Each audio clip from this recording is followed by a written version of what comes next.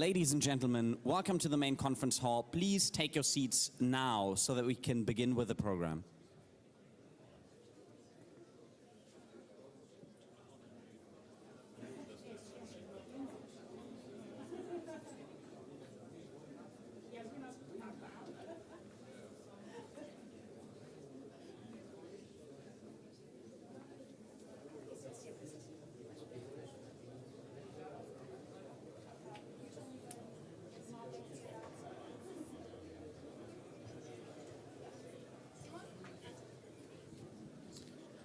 Ladies and gentlemen, please welcome the director of the Istituto Affari Internazionali, Nathalie Tocci.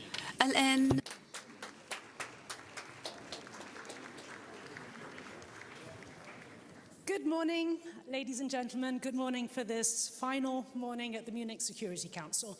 So here we are to talk about the future of the European security architecture. Now, in all honesty, talking about the European security architecture today is not easy.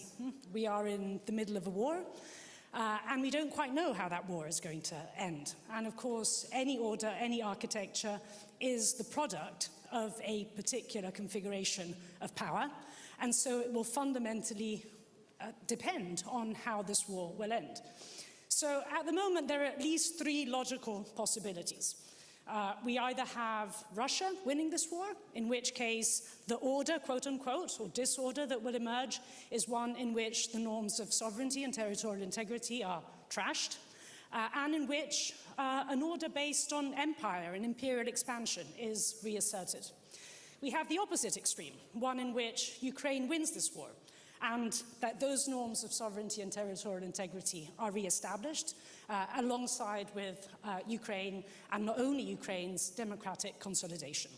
And then, of course, there is always the risk of a fudge in between, one in which neither side really prevails on the other, and in which a sort of unstable stability and low level of violence persists on the European continent.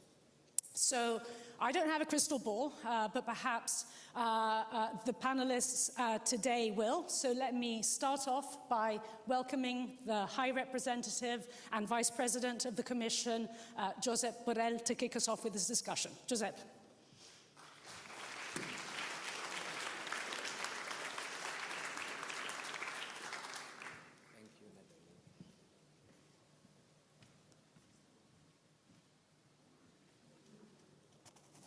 Good morning to everybody.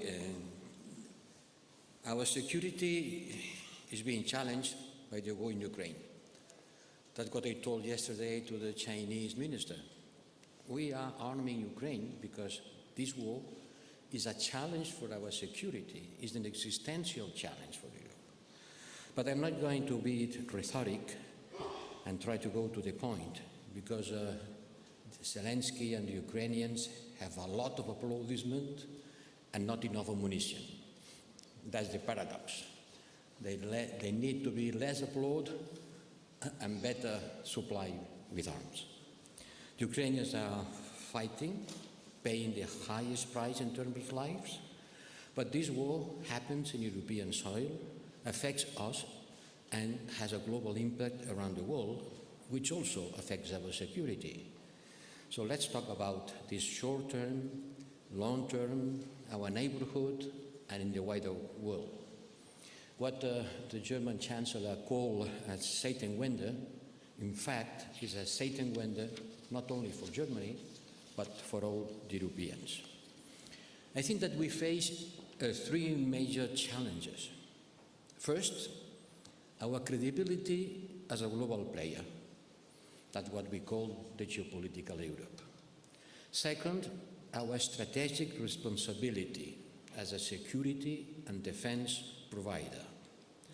And third, our engagement with partners around the world, and to preserve or even to rebuild a trustful cooperation with many of the so-called Global South. President Macron said about that he was surprised by the big resentment that he perceived in many countries around the world. And I share this feeling. So when I took office in 2019, we started talking about the geopolitical Europe, to use the language of power. Europe is in danger, I said when we presented the strategic compass, and many wondered if this was not just a slogan, an exaggeration, in order to sell better the product. Unhappily, the war in Ukraine has converted these slogans into a reality, a dramatic reality. And it has made us to go up, to wake up to a kind of adulthood. We have rediscovered the brutality of the interstate war in our borders, and we are becoming an actor, credible, able to use coercion to the ones who threaten us. As I said, Russia is threatening our security, and we are using coercion. We are becoming a hard power. What he have done, you know, as a lot of sanctions against Russia economy and Russia individuals. They are having effect. I don't go on detail, but if you have a look at the trade deficit, budget deficit, and income coming from selling hydrocarbons, these three key variables shows that this year Russia is going down. Last year was a very good year for them. This year is going to be a very bad year because we have been able to get rid of our dependency from Russian hydrocarbons. From 40% gas dependency to almost zero in a few months is an extraordinary achievement. Cap on the Russian oil. They are selling their oil at half the price of Brent, $40, when the Brent is at 80. And military support to Ukraine, directly from the European Union, not from the European Union budget. Let's clarify it. Not from the budget that the Commission managed, but from an intergovernmental fund, a kind of a club that member states happily created in order to provide training and arms to our partners. The so-called European Peace Facility, the member states decided to use this fund to arm Ukraine, 3.6 billion, and the member states, each one on their side, some a lot, others less, provided all in all 12 billion euros of military support. And this is a major achievement. It is the first time that we do that. We have broken a taboo. And it is important to continue doing that. We are the most important trainer of the Ukrainian army. By the end of the year, 30,000 Ukrainian soldiers will be trained by our military missions. I don't go to the details, but this is what we have been doing. But much more has to be done, and much quicker. There is still a lot to be done. We have to increase and accelerate our military support to Ukraine quickly. The first and most urgent thing that the geopolitical Europe has to do is to arm Ukraine.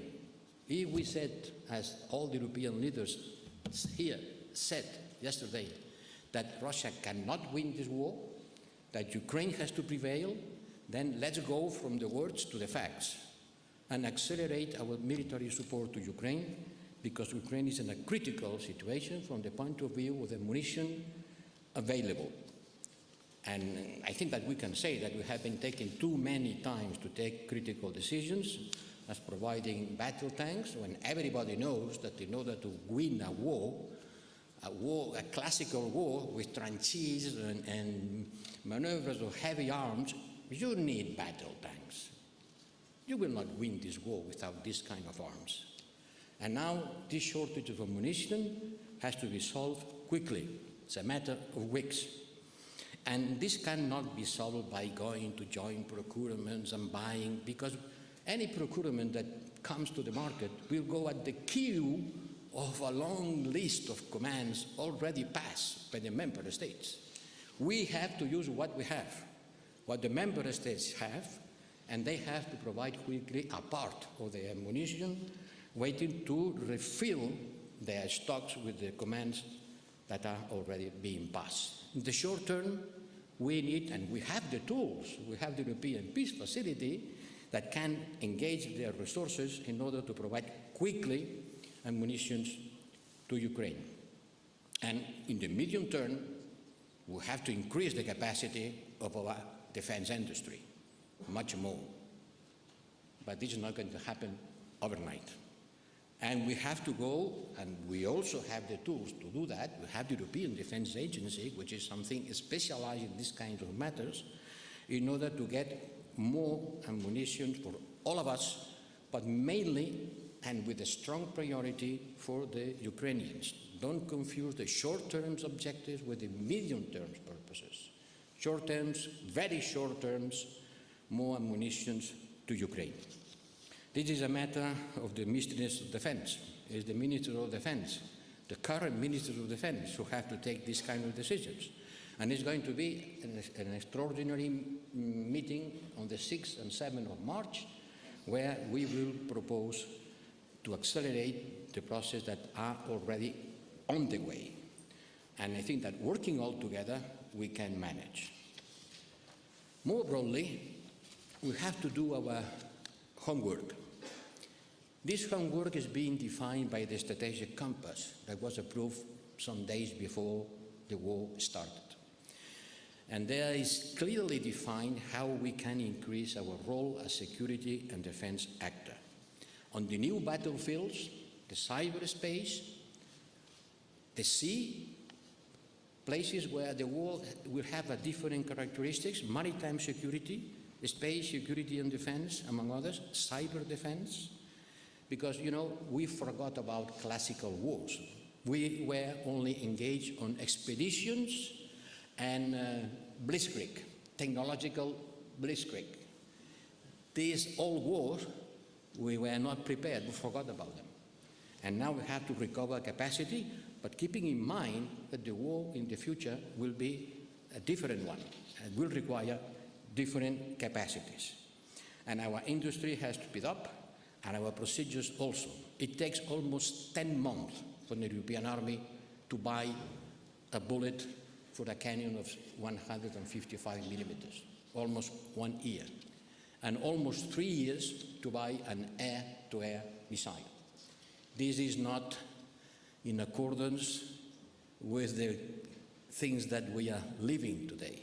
This is not in accordance with the war situation in which we live.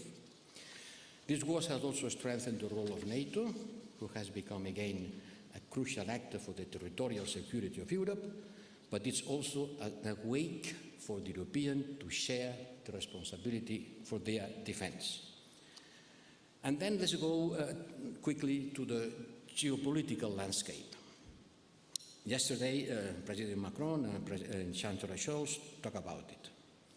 We cannot think about European security without looking beyond and engaging with partners around the world.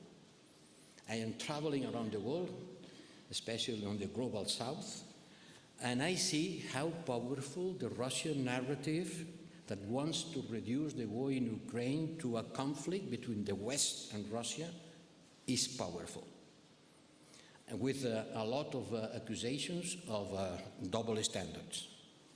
We must debunk this narrative and explain how Russia acts as an imperialist power. President Macron said a neo-colonial power. Yes, it is what it is. Let's call it. It's an imperialist attitude from a powerful neighbor that wants to take control of someone who belongs to its political sphere. We have to fight the false narrative.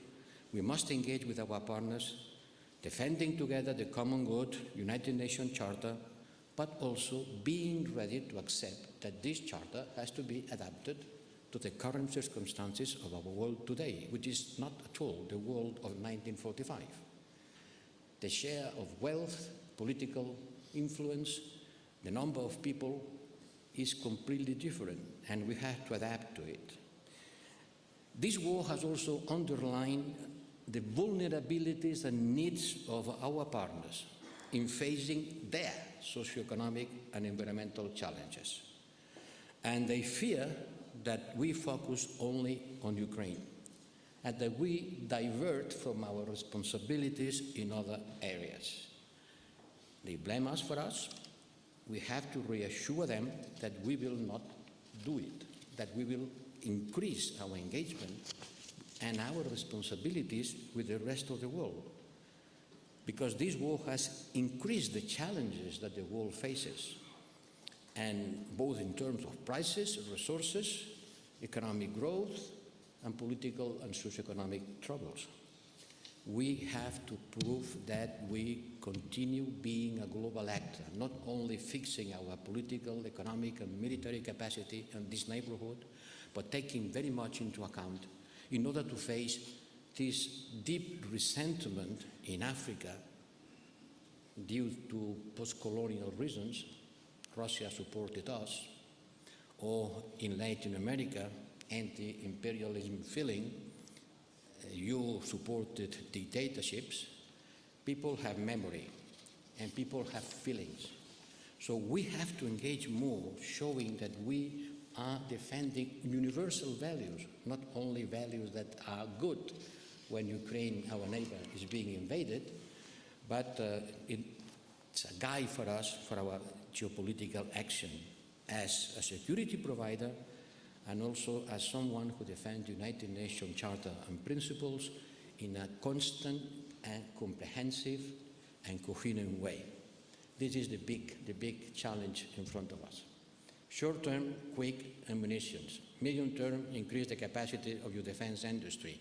And from now, from tomorrow, and for a long time, to look at our partners in the South in order to make them to participate in the world reaction against Russia for the war in Ukraine. Thank you.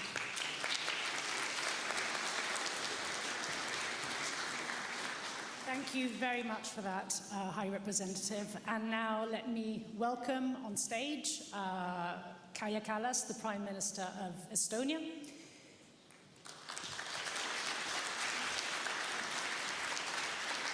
Ulf Kristersson, the Prime Minister of Sweden. And Radek Sikorski, there you are, Member of the European Parliament.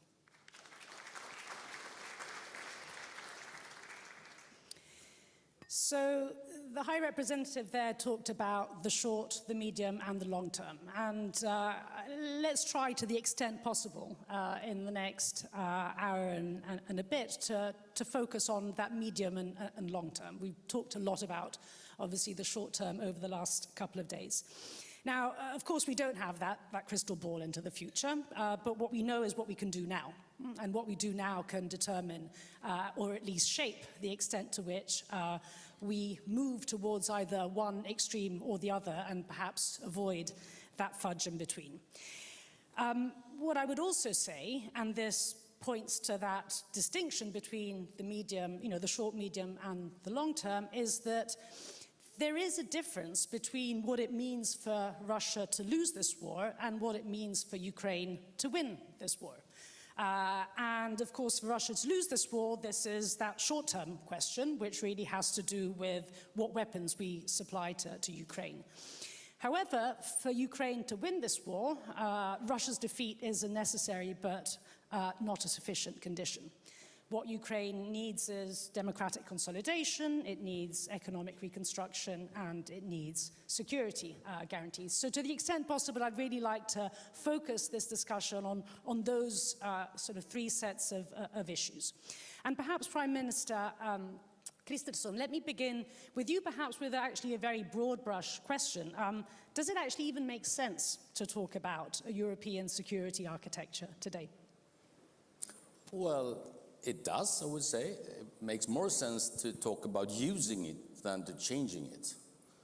And honestly, I mean, we lack a lot in Europe, we lack a lot in the democratic world, but we show what we really have. And just give an example, the day before the invasion, the full-scale invasion, I was in Helsinki, rather accidentally actually, having a talk to Finnish President Sauli Niinistö, and obviously we didn't know what's going to happen 4 o'clock in the morning after, but we did discuss that the immediate risk was there, But what we did discuss was actually the other risk. Will we stay united? Will the European Union countries stay united, or will there be serious divisions between countries? And even more, will we stay united with the US? Or will these kind of well-known differences that we had in the previous years, will they be kind of so obvious? And just to state the obvious, we did stay united, and we still do 1 year later. So I think there are, we have to see all the problems, but also see what we have managed to do. And I have extremely big respect for Ukrainians. I was in Kiev 2 days ago, and for them saying that you do deliver weapons, but you do deliver weapons too late, too reluctantly, instead of doing it earlier and more decisive. But nevertheless, there is a structure, architecture. We are using it. We are showing that when we are being put to the test, we actually do deliver. So I think so far so good, but that doesn't at all answer the long-term questions you have asked yourself and us. And let me follow up, sort of beginning to zoom into some of these issues, and in particular the economic part of this puzzle. Now, could we reflect a little bit about, again, looking ahead to that great day in which Russia is defeated? Here we are thinking about economic reconstruction. In particular, what role do you think that we as Europeans should be playing, as opposed to the United States, other players, multilateral banks? And if we are to do the heavy lifting on this, should we be actually thinking now about what kind of mechanisms should be put in place? Thinking about the models that we used in the recent past, next generation EU-like, to think about Ukraine's economic reconstruction. I mean, it's very clear that we will need to invent some mechanism to cough up with an enormous amount of money. And of course, there's also the element of Russia's role in all of this. Is it possible to think about what Russia's contribution to Ukraine's economic reconstruction should be? Well, the obvious answer would be what we actually started the work just a few days ago. We have a few hundred of billions of euros in frozen assets. I mean, that's not the one answer, but it's part of the answer. To unite on how much money is there, to unite on the legal possibility, the legal frameworks to be used to actually use these money for rebuilding and reconstruction and, well, other purposes as well. So my basic belief is that we have to be, I mean, this is not a think tank kind of long-term discussion. This is actually to take care of very immediate problems with very long-term consequences.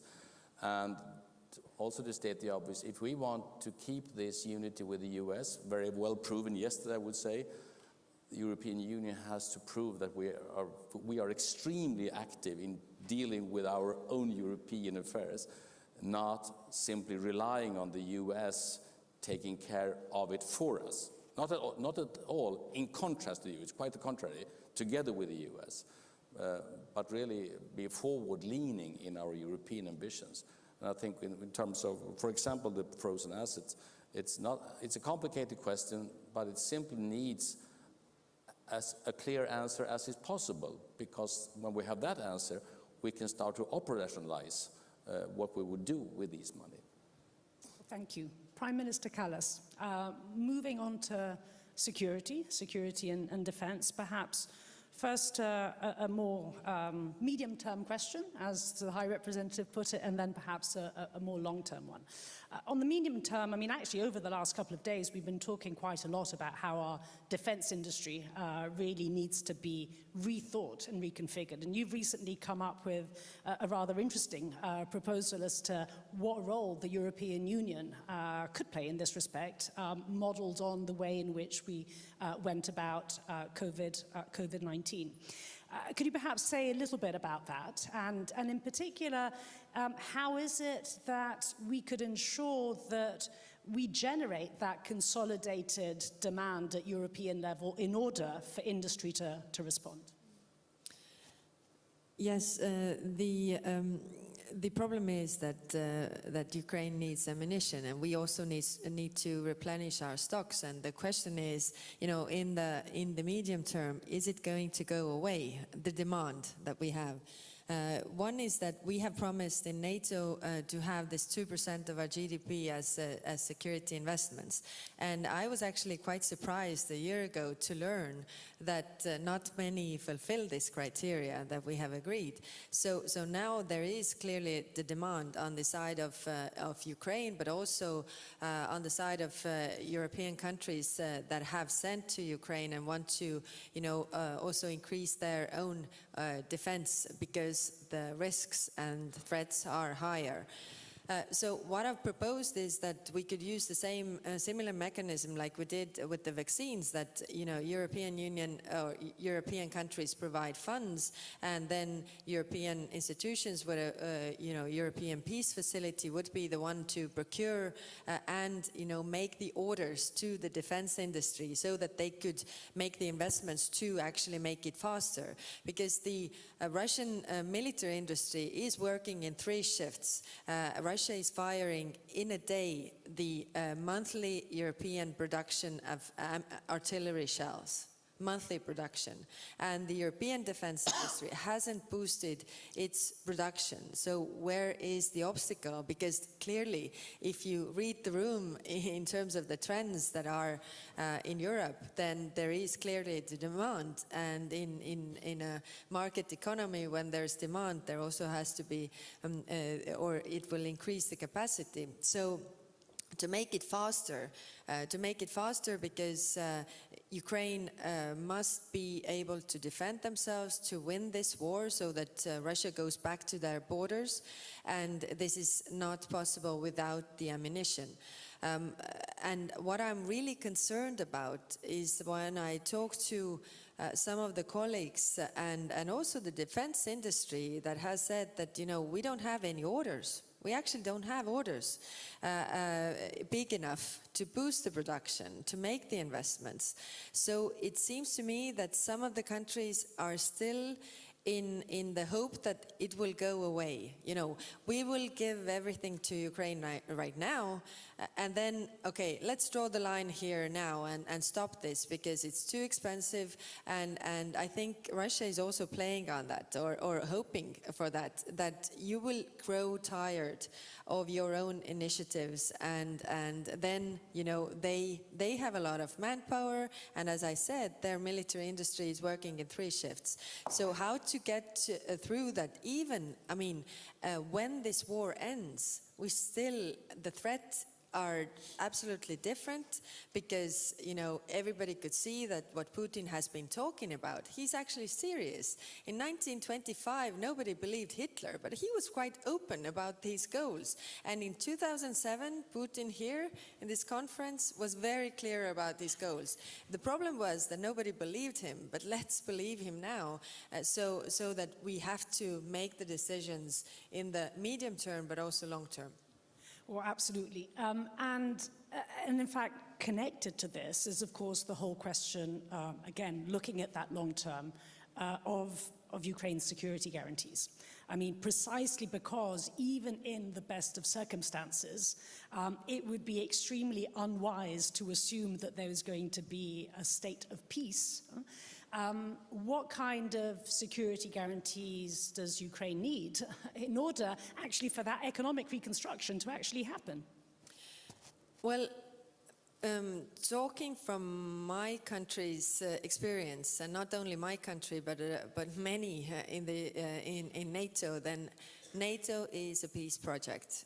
And because we are in NATO right now, we are not living through some really dark times like Ukrainians are. So the only security guarantee that is really functioning is NATO and NATO membership. Of course, when the war is going on, I understand that many allies have, it is, one of the conditions or preconditions is that you don't have open conflicts. And Russia knows that very well. And if we somehow agree to these gray zones, then the gray zones are a source of conflict, are the source of wars, and it will not end. So the only functioning security guarantee is NATO membership. And we'll come back to this question of NATO membership. High Representative, let me turn back to you now. Now, we've talked about economic reconstruction, we've talked about security guarantees. Of course, the other fundamental leg is Ukraine's democratic consolidation. And it's very clear that, I mean, this is, again, even in the best of circumstances, this is going to be a real challenge. I mean, to consolidate your democracy in a situation in which you're going to have an aggressive neighbor, again, even in the best of circumstances in which you liberate all your territory, and where economic reconstruction, precisely for that reason, will continue to remain a challenge, is not going to be easy. And of course, we don't have a silver bullet to this problem, but the closest we get to it is Ukraine's membership in the European Union. So could you perhaps give us your sense of where we are in this journey and whether you feel that there is a sufficient sense of urgency that this needs to happen and it has to happen fairly fast? Well, first of all, let me say that I completely agree with the Estonian Prime Minister proposal, that we are working on that, and it will work, but quickly. Otherwise, the war will be over. But Ukraine belongs to the European Union family, and it will be a member of the European Union, definitely, after what has happened. After being bombed and after being killed by the Russians the way they are doing, the history is already there in the European Union. The future of Ukraine will be in the European Union. As other, this will oblige us to change our rules of procedure. This will change the size and the diversity of Europe, because if Ukraine becomes a member, many Balkans countries will do also, and first homework to change the way we work. Because I cannot imagine that passing from 27 to 36, maybe not, but 33, could be possible with the rules in which we work and how we adopt decisions. So they have a homework, we have a homework. And they have a difficult homework because before the war, already Ukraine had a lot of problems. And we supported Ukraine. Before the war, we invested on the political and economic development of Ukraine 15,000 million euros. Well, with the war, we have invested 60 billion euros. But yes, Ukraine has to transform its structures, political structure, fight against corruption, and have real, truly democracy, a vibrant economy. All that being bombed, well, it's quite difficult. But they will do it because they want to do it quickly, and we have to accompany them. And the Commission is doing at a speed never seen before. Now it's done. Ukraine belongs to Europe. It could have been in a different way. But now it's done. Ukraine is a member of the European Union, European family, European culture, civilization, way of living. And this has to be institutionalized. They have to do their homework. We have to accompany them, and we have to prepare to receive Ukraine and others, like it or not. Prime Minister, you had a remark on this question. Yeah, just to add on that, I mean, as we have experienced joining the European Union, and it is, I mean, also Europe's interest that that all these reforms are done. You know, free market, rule of law, getting rid of corruption, and there's a short opportunity window that we had after. You know, regaining independence, that, you know, every political force literally, you know, holds hands and says that, you know, we do these difficult reforms. Ukraine didn't do it in 1991. They didn't do the turnaround. But I can see that in Ukraine right now, there is this will, there is this hope, and there's the political will to really do the difficult reforms that we also need. So, so we have to use this opportunity window because it will close after the war. it will close because, you know, the political infighting and everything will kick in. And that's why it's very important to give this hope, to actually believe in Ukraine that they can do it. Indeed. Sure. May I just add on to that, because I think the messages we send from European Union right now, they are really important. There is a framework right now. There will be some kind of what we call an oral report back on how the criteria are being fulfilled during the spring, and then will be the more formalized feedback process during the fall in terms of Ukraine. And obviously we have all heard the Ukrainian ambitions this year, or as President Zelensky said, 2023. So we shouldn't be able to misunderstand his point of view. But I think it's important now. I mean, everybody can agree on the key words merit-based. Nobody disagrees on that, because it's in a neutral way. It simply says you fulfill criteria, there are no shortcuts, you know, we take this seriously. Everybody agrees. There is sometimes also a way of saying merit-based is a way of saying don't rush into it. Be careful. Take it easy. And I don't really like the kind of the change in meaning of that. I think we need to be trustworthy in meaning what we are saying. It's merit-based, and we recognize merits.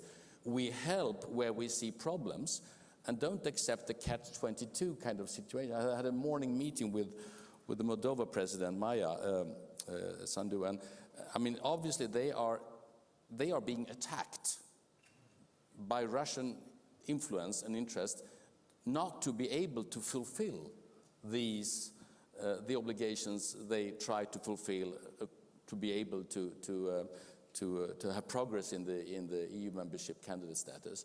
So we also have to invest in helping legitimate governments in being able to actually reach their goals, to be able to use the possibilities that EU membership actually makes available.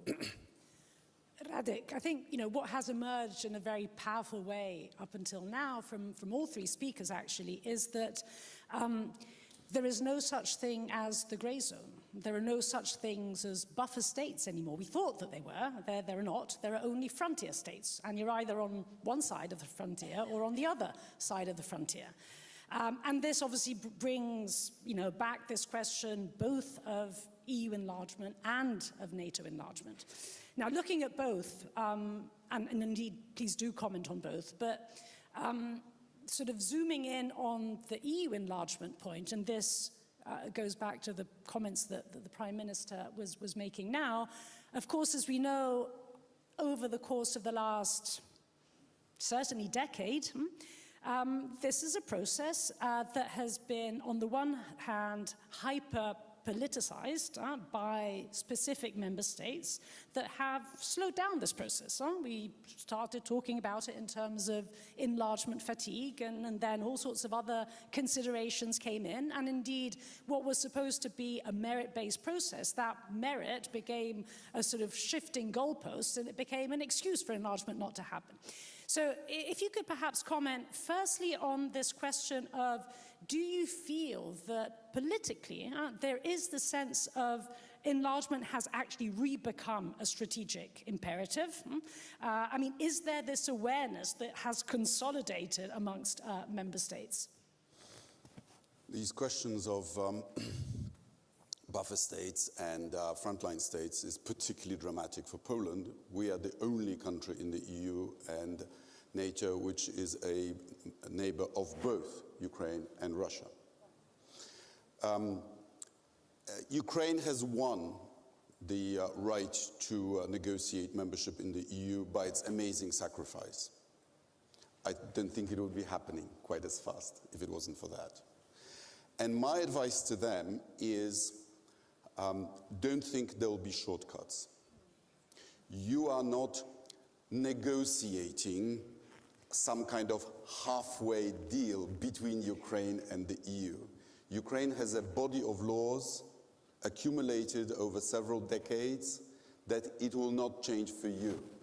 You are actually acceding to that deal. And therefore, the faster you do it, the faster you translate EU legislation into Ukrainian and pass it in your parliament, the sooner you'll become member. And I think that intellectual clarity about the nature of the process is important for the sake of negotiations, but also important to explain to your own people that you are adjusting to something that exists already. But I want to come back to the subject of the panel, which is there a possibility of return to security architecture in Europe? Now, the word architecture for me implies rules, aesthetic rules, Palladio, and building trade rules. If you break them, the house will be at least ugly, or it will collapse, as so tragically happened all over Turkey recently. And it also implies participation. Architecture cannot be imposed on your partners. And we do have, or we used to have, some common rules and organizations with Russia. First of all, the UN. And remember, Ukraine was a member of the UN in its internationally recognized border, even in Soviet times.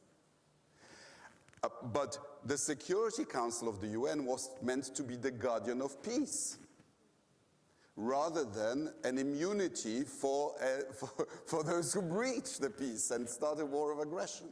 So Russia is clearly in breach here. Secondly, OSCE. Let's remember what the basic deal was between the East and West then, that the East would let up on the dissidents and the West would recognize the new post-war borders in Europe. Russia is in breach too. And thirdly, the Council of Europe, where we decided after World War II that the way to protect national minorities was the Council of Europe Convention on Minority Rights. Russia would have been perfectly in its right to say, we don't like this particular Ukrainian law on the language or the rights of Russian speakers in courts in Crimea. Fine, you can do that, but you mustn't invade. And so what I'm saying is that the problem with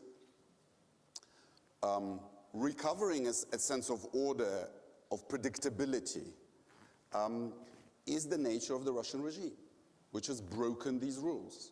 And so I don't think the architecture can be restored without change in Russia.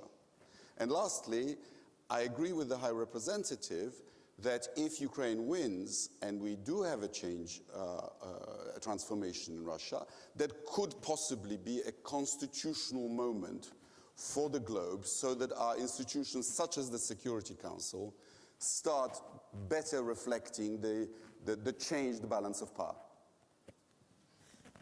Radek, I mean, sort of back to this question, though, of enlargement. Enlargement needs to happen. It needs to happen fairly fast. I mean, as the Prime Minister was saying, you need to sort of catch that momentum. It's not going to last forever. On the other hand, we also know that even if all conditions are fulfilled, things can happen afterwards. Yeah? Once you do enter the European Union. So perhaps flipping into the European Union in our discussion, you know, if you, on the one hand, need to accelerate an enlargement process, and on the other hand, you need to make sure that those democratic standards continue to be fulfilled once inside, what are the lessons that we should be drawing, and how is it that we have to start changing internally as well in order to make this happen?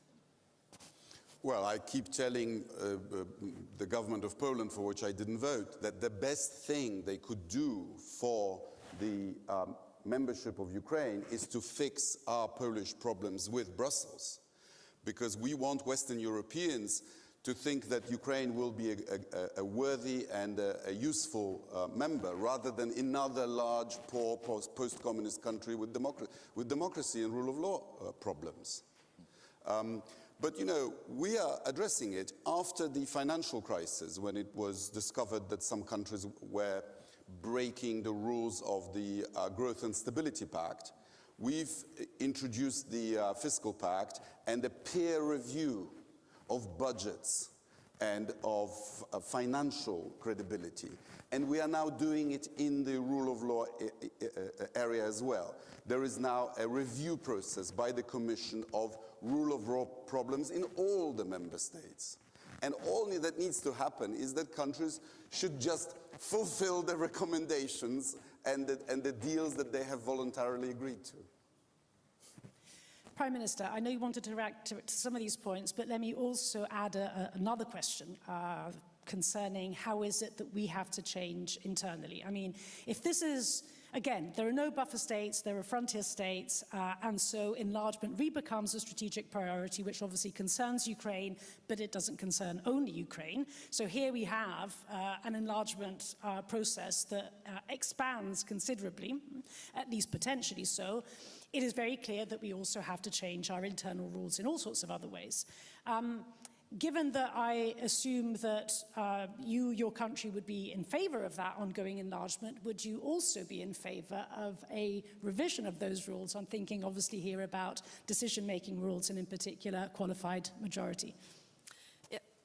Before I answer that question, I wanted to react to what Radek said. You know, I'm listening to you, and this is. It seems to me that, you know, Russia is concerned about and is fighting for all the rights of Russians except in Russia.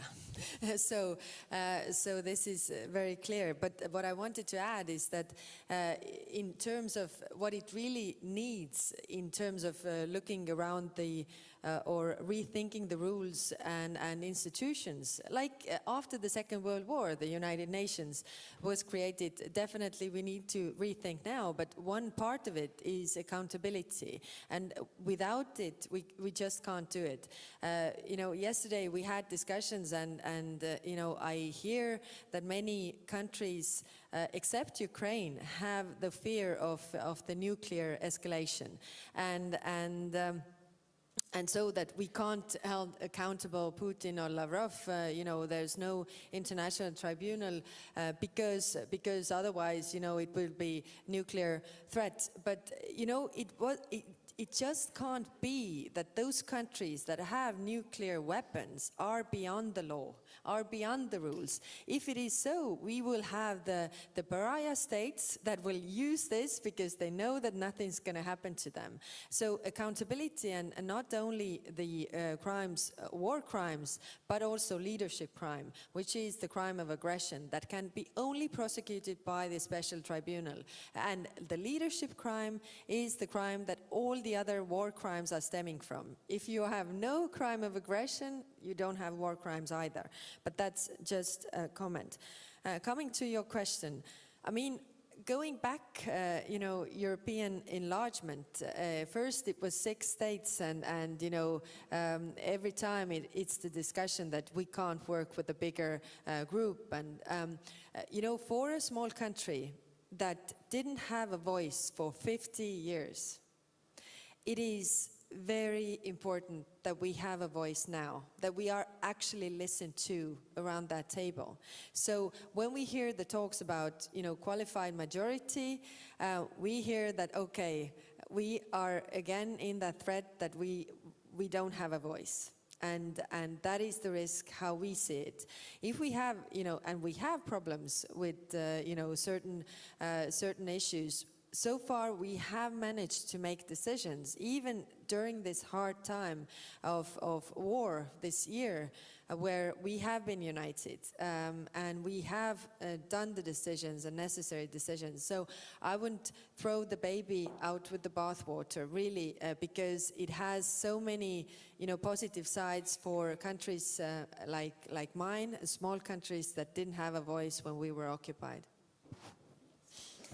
I see that. I also see the way in which other member states have been using and abusing this. I see that, and we have to, you know, of course, discuss this, how we can, you know, use some tools so that if you do this, then, you know, there are consequences. So you have to really make the calculations there.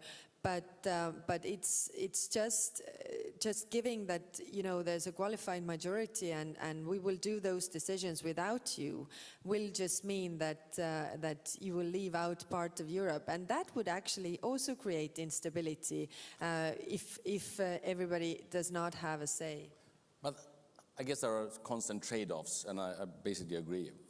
But on the other hand, if you start at the end, what do we have to be able to do? And I would say two things, and I realize every member state doesn't agree with that. The first is actually how to cultivate the transatlantic relations.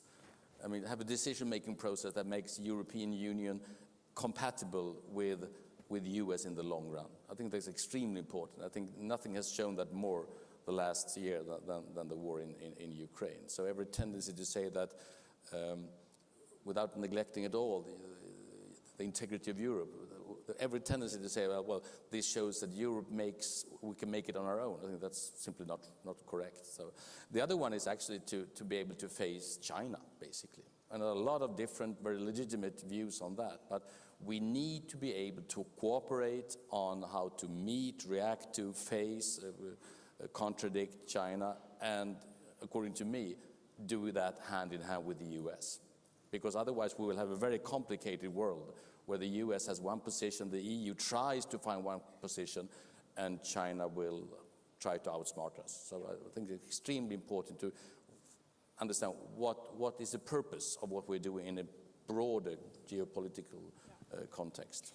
But back to this question of, so, you know, here we are, we all love enlargement, great, but not everyone wants to enlarge. So there are a number of very important European countries that prefer staying outside. So perhaps, Prime Minister, you know, sort of, could you give us your sense of, you know, I'm obviously here talking about the Norway, Turkeys, United Kingdoms of this world.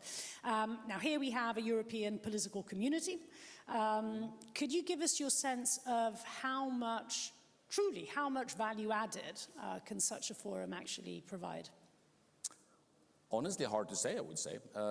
On the other hand, let's test it in later this spring. I mean, if you ask our Moldovan friends, they would say it's of huge importance. Obviously, it's a framework for cooperating with countries that are in different ways very nearby us in geographic sense, but also in terms of ambitions. So we actually literally discussed that the upcoming meeting in Moldova, and for them it's of huge importance. I think it's a way of signaling also our, without any promises ahead, but of course, and it's very different. It's a way of also having extremely close connections with other countries. That, I mean, obviously the UK and Moldova are in different positions, but the EU needs to have organized ways to cooperate with countries that are very close to us. High Representative, let's turn now to the question of European defence. Now, I think this last year has, in many respects, kind of really highlighted a contradiction. So, on the one hand, we take defence more seriously. And European defence, and you highlighted this, has actually made some pretty remarkable steps forward over the last year. On the other hand, we still have a major problem when it comes to defence fragmentation, and the steps forward that have been made in that respect are not particularly impressive. On top of that, you could also make the argument that actually the last year, and this goes to also the transatlantic dimension to all of this, over the last year, our defense dependence on the United States has massively increased. So here we are, on the one hand, taking defense more seriously, and European defense more seriously. On the other hand, our dependence on the United States increasing, and this doesn't particularly make for a great recipe for the future of the transatlantic relationship, where I think there's interest actually on both sides of a more balanced partnership. So how do we kind of reconcile that contradiction? That's an easy question.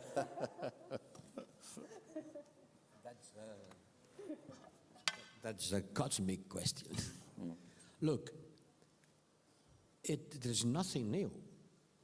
NATO is the guarantee of territorial defense of Europe. It has been it is, it will be. And nobody pretends to substitute the NATO.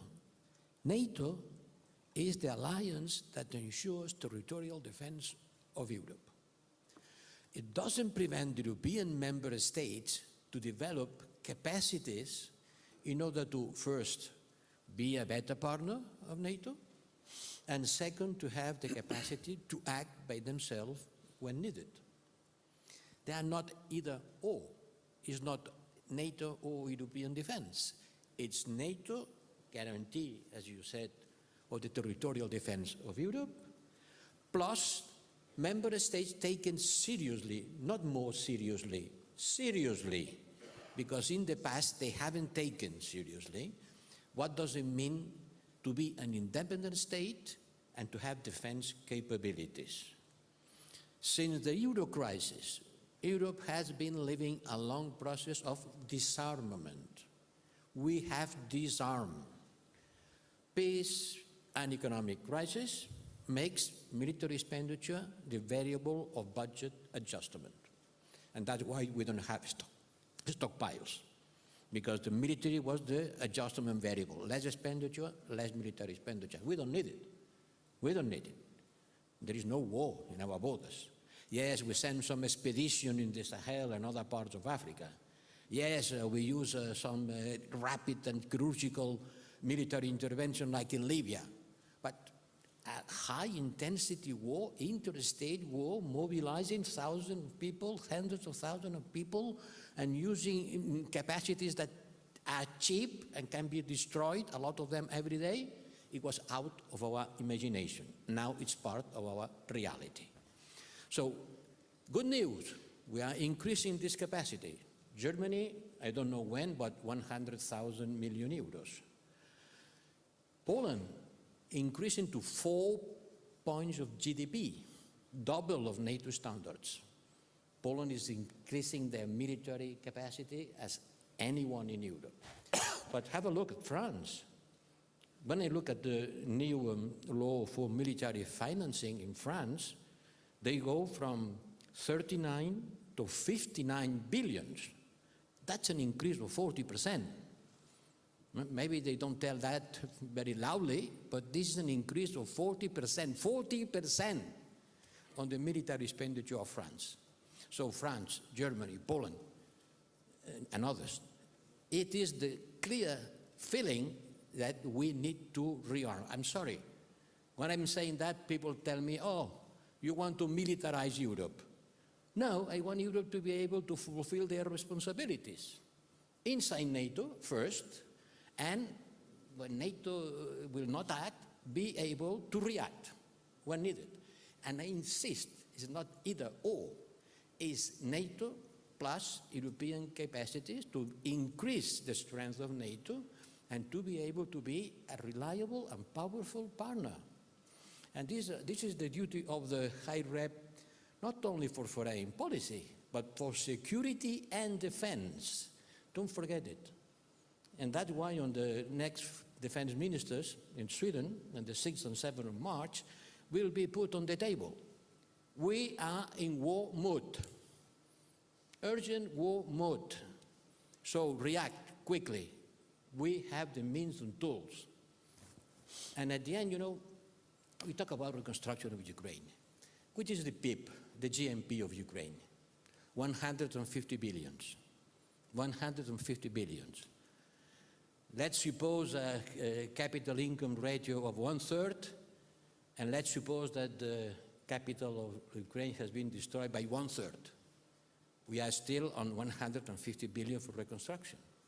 This is one fifth of the next generation plan. This is 1/5 of what we have mobilized to face the COVID. So please have an idea of the dimensions of the problem in order to see what we are talking about.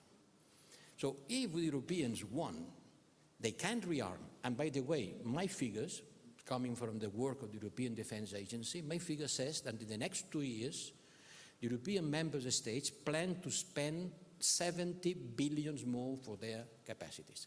Which is the problem, my dear Nathalie?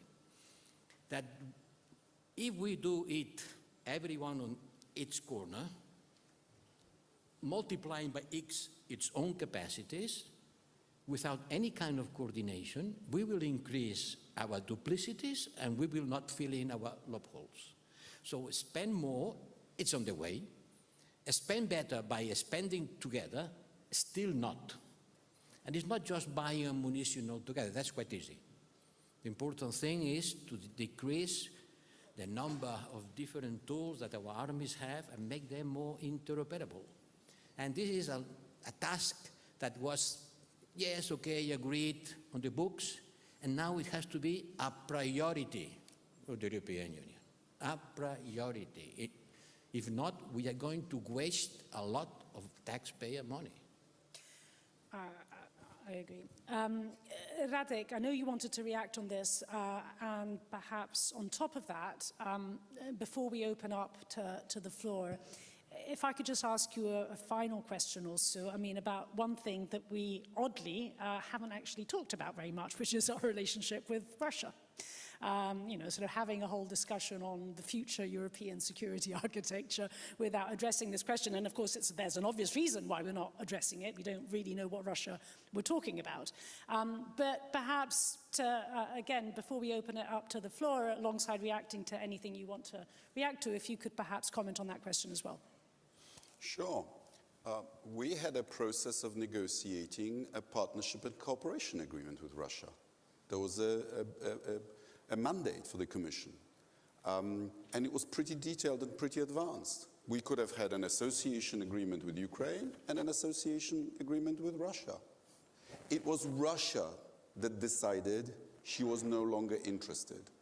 In, I think, 2011, Vladimir Putin decided that he would build an alternative, rival, Euro-Asiatic Union that will then negotiate with Brussels as an equal. And he needed Ukraine in his multinational project. So this was Russia's decision, and Russia can change its decision. Of course, not the current one, not the current leadership, because with them you can't make a deal because they're completely non-credible. But on European defense, I've lost my voice asking the question in the European Parliament, what has to happen in the periphery of Europe for you to take defense seriously? And there's a history to it. You know, after the Balkan Wars, we pledged ourselves to have a rapid reaction force. I think it was meant to be 70,000 troops. Nothing happened. Then we had the battle groups. Useless. Now at least we have a budget. It's wonderfully called Peace Facility, from which we are actually buying arms for Ukraine. Good. Thank you, High Rep, for noticing that Poland is basically doubling its defense expenditure, but this is really unfair. So Poland is going to be defending much richer countries further west that are spending much less.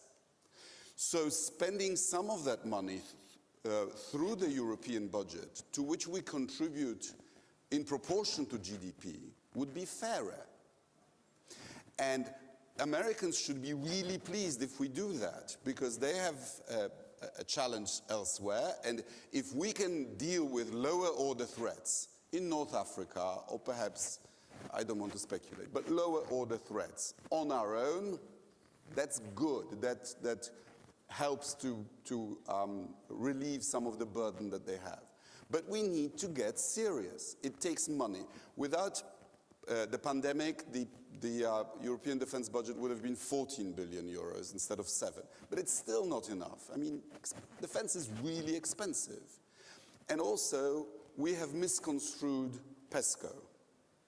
Originally, when Bernard Kouchner and I signed the first letter to Cathy Ashton at my house in Poland, it was meant to be an avant-garde project only for countries that are really willing to do that, with joint rules of engagement, with a joint command, with a joint threat assessment.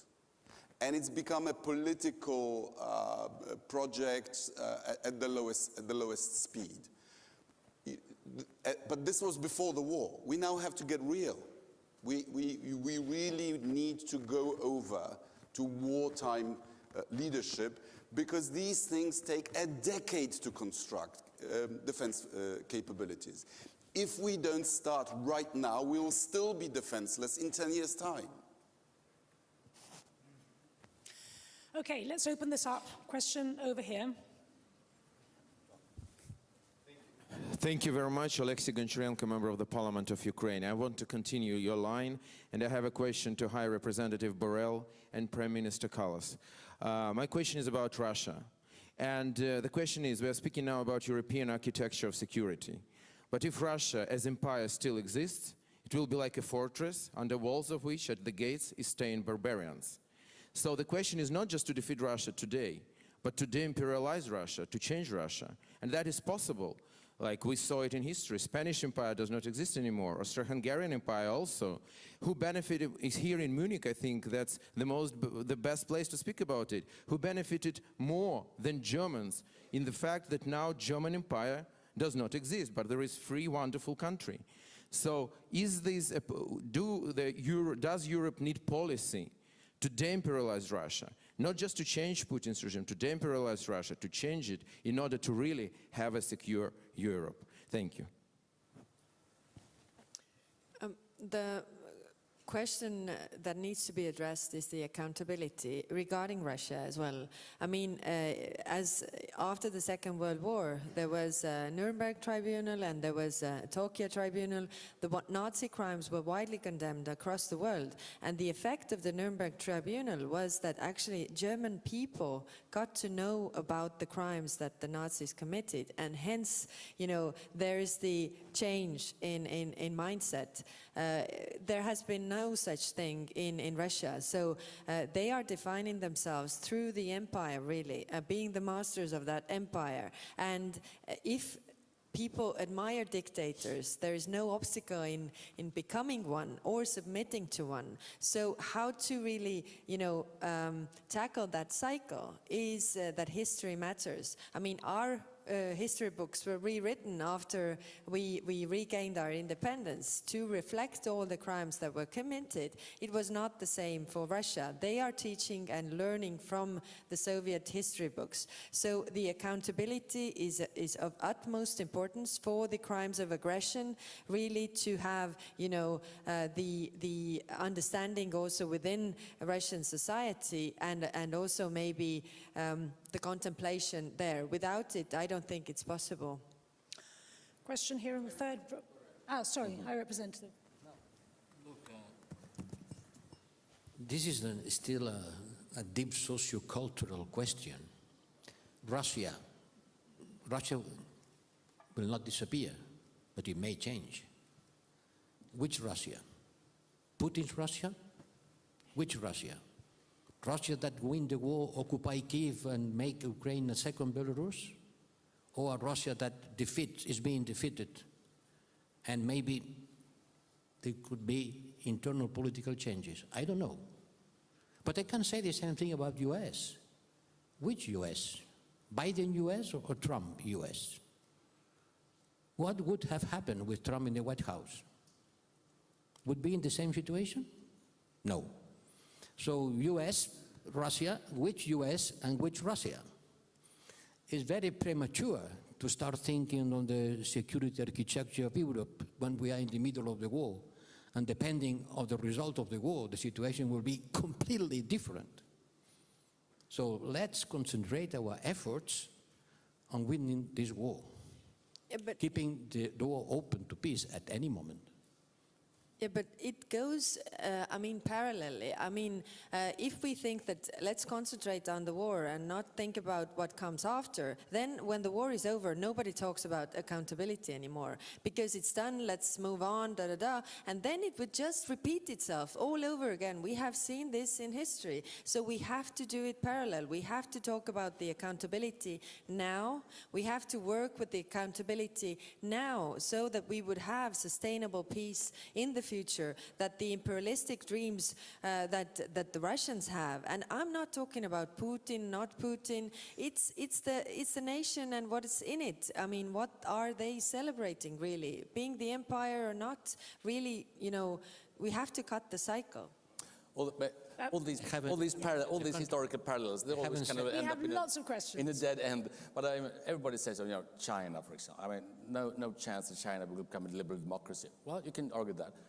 Well, what happened with Japan? What happened with South Korea? It's very possible, actually, to create stable, well-working democracies. You have to have a long-term view, but a very practical approach in the short run, I think. Question here in the third row. Hello. Yeah. Yep. Thank you, Alexander Nelyuk. It was for the last 3 days, lots was said about supporting Ukraine. I'm actually was with the army since first day of the war, and only recently left it. So allow me to make a very brief intervention as well before you ask a question. But of course, I would like to thank you for your support. I know what it means to start the war with Kalashnikov in your hand and see how your capability is improving with every month when we receive support from our Western partners. So thank you for that. I also happen to be a Minister of Finance during the war since 2015. And I can tell you that it was very, very difficult, the National Security Chief. We were spending for our defense up to 6% of our GDP. It was very, very difficult. It's thought so expensive. But I felt that we ran out of time. We need to prepare. So I hear also a lot during this conference that it is expensive to support Ukraine. But I think the right approach to it, Ukraine spent 6%, it was a lot. Now it's about 60%. So in order to spend 60%, right, it's better to pay now more, and I'm glad that the rearmament, and there is some voices that we need to, you need actually to invest more into this. So, and European Union has this advantage. NATO allows to share expenses. We couldn't do it.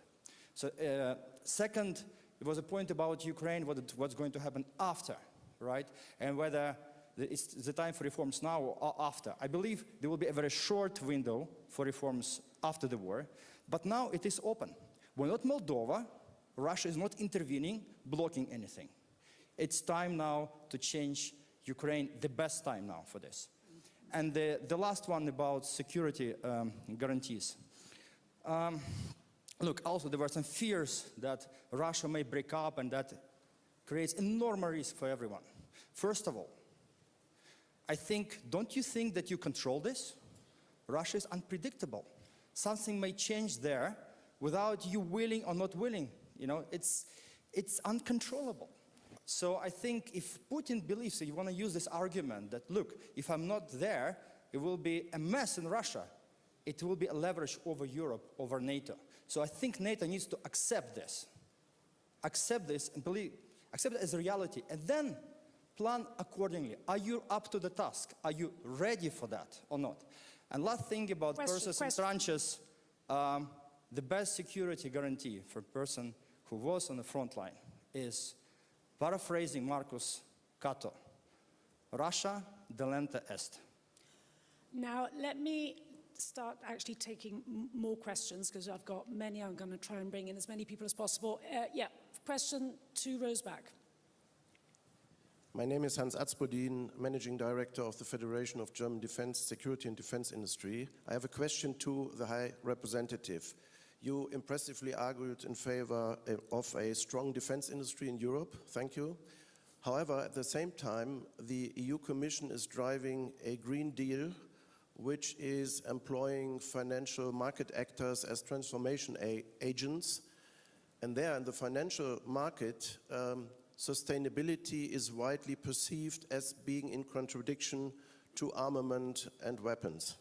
So, for example, the State Bank of Bavaria has cancelled business relationship with armament companies just because they had more than 20% turnover in armaments, even supplying the Bundeswehr, our armed forces. So my question is, what will and when will the EU Commission finally give a strong signal to those financial actors that they perceive armament for our armed forces in the EU and NATO as prerequisite for sustainability? Thank you. I will pass your question to my colleagues in the Commission. I think it's perfectly right what we are saying.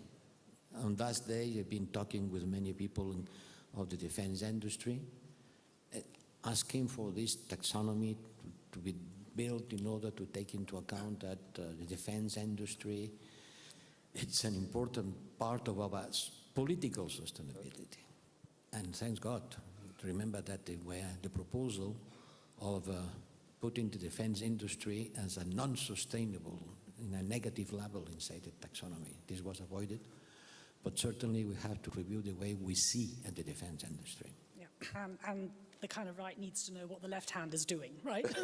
In Sweden, coordinate. we had a very short-lived discussion in Sweden on how to exclude defense industry investments from sustainability.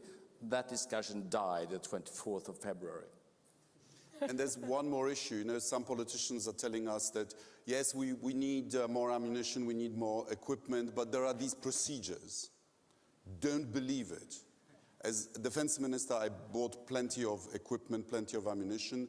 I believe every country in Europe has a clause that if you have an urgent operational need, you can do it without tenders. You can just go and buy it and give the contracts. What is more urgent operationally than winning the war in Ukraine? Absolutely, absolutely. There was a question at the back there. Yeah, lady at the back. Thank you. My name is Lisa Jasko, member of Ukraine Parliament. And I want to reflect on what I just heard about Ukraine membership in the EU. You know, when I hear that the President Zelensky said it should be 2023 and the reflection from and the conclusion from the EU, I want to tell you that it's not the President Zelensky position only. He speaks the majority of the voice of Ukrainian people. And Ukrainian people don't understand that there are procedures. They don't understand that there are chapters and rules. You know, today it's 2023, but 9 years ago it was 2014. And I, together with thousands of Ukrainians, we were standing at Euromaidan. And now we sometimes even don't remember that. In my life, I'm 32. I already had 3 revolutions for the European values. And I'm saying this today because I'm very happy when the Radosław Sikorski says that when there is urgency for defense, we can do this even sometimes without procedures. But there should be something similar on the EU membership also for Ukraine, because Ukrainian people know that we are a part of Europe and they will not understand when in some of the conclusions there will be, I don't know, chapters of different rules. Please, let's make that special procedure. Let's make it fast, because this is something that Ukrainian people are fighting for many, many years. And for us, it's not economic cooperation. It's our existential choice that we made a long time ago, not this year or during the war. And I want you to remember that. Thank you. We'll go back to this question of should we have a special procedure for Ukraine, but let me go to John exactly here at front row. John Chipman of the International Institute for Strategic Studies, so I have what the French call a déformation professionnelle. I was just speaking to nuestro amigo Javier Solana here about this strategic issue. We've talked about European security architecture and European military capacities, but insufficiently about reviving a properly strategic culture. In the Cold War, we had 2 principles in NATO. One was flexible response, the other was escalation dominance. In this conflict, we've seen sequential response and intramural escalation fear. We have talked more about how frightened we might be about escalation than put in the mind of the opponent in Moscow a greater fear of escalation. It's been strategically illiterate, our intramural dialogue these last 11 months. Defense is not escalation. Offensive weapons are needed for counterattack. Counterattack is needed for defense. Ukraine has a UN Article 51 right to defend itself. Everyone else has the same UN Article 51 right to assist it. Ukraine's non-membership of NATO is strategically irrelevant. The European security order has been challenged, like the Middle East one was challenged when Iraq invaded Kuwait. Kuwait had no defense agreement with any one of the 50-plus countries that came to Kuwait. people came to Kuwait because they knew the next stop might be Saudi Arabia, and that would be the end of whatever Middle East security order lies. So can I appeal to Prime Minister Kaja, Kallas and others, including Radek, to continue to remind people that there are some lessons from the Cold War that we've properly forgotten, and others, strategic muscle memory, that we haven't sufficiently revived. Let's have strategic thinking as well as debate. Thomas Silves, mic over here. Thomas Silves, former president of Estonia and various other things. I'd ask the participants to explain their personal belief in how serious the European Union is about enlargement to Ukraine, given that we have heard here and for a long time, on the one hand, that East Europeans are hawks, warmongers from Western Europeans, and then we hear, on the other hand, that we have to take into account the historical experiences of the global South. But we have the historical experiences of the mother of the Prime Minister of Estonia, who was deported as a 6-month-old, but we don't want to hear the historical experiences of the Poles, the Estonians. Is the European really serious about bringing in another 44 million people who have had experiences with the behavior of Russia, when we hear from the same podium and have heard throughout the past year about how the East Europeans are hawks and warmongers? I mean, are you serious? That's my question. Are you serious that the European Union really wants to include more of us who have had empirical experience with Russia to actually prick the balloon of belief about Druzhba Narodov and the wonderful culture of Tolstoy and Dostoevsky? So, Josep, are we serious? And if we are serious, are we ready to rethink our procedures in order to demonstrate our seriousness? Well, I didn't know it was going to be a debate about enlargement. I was prepared to discuss about the security, architecture, the geopolitical Europe, and about how to face the war.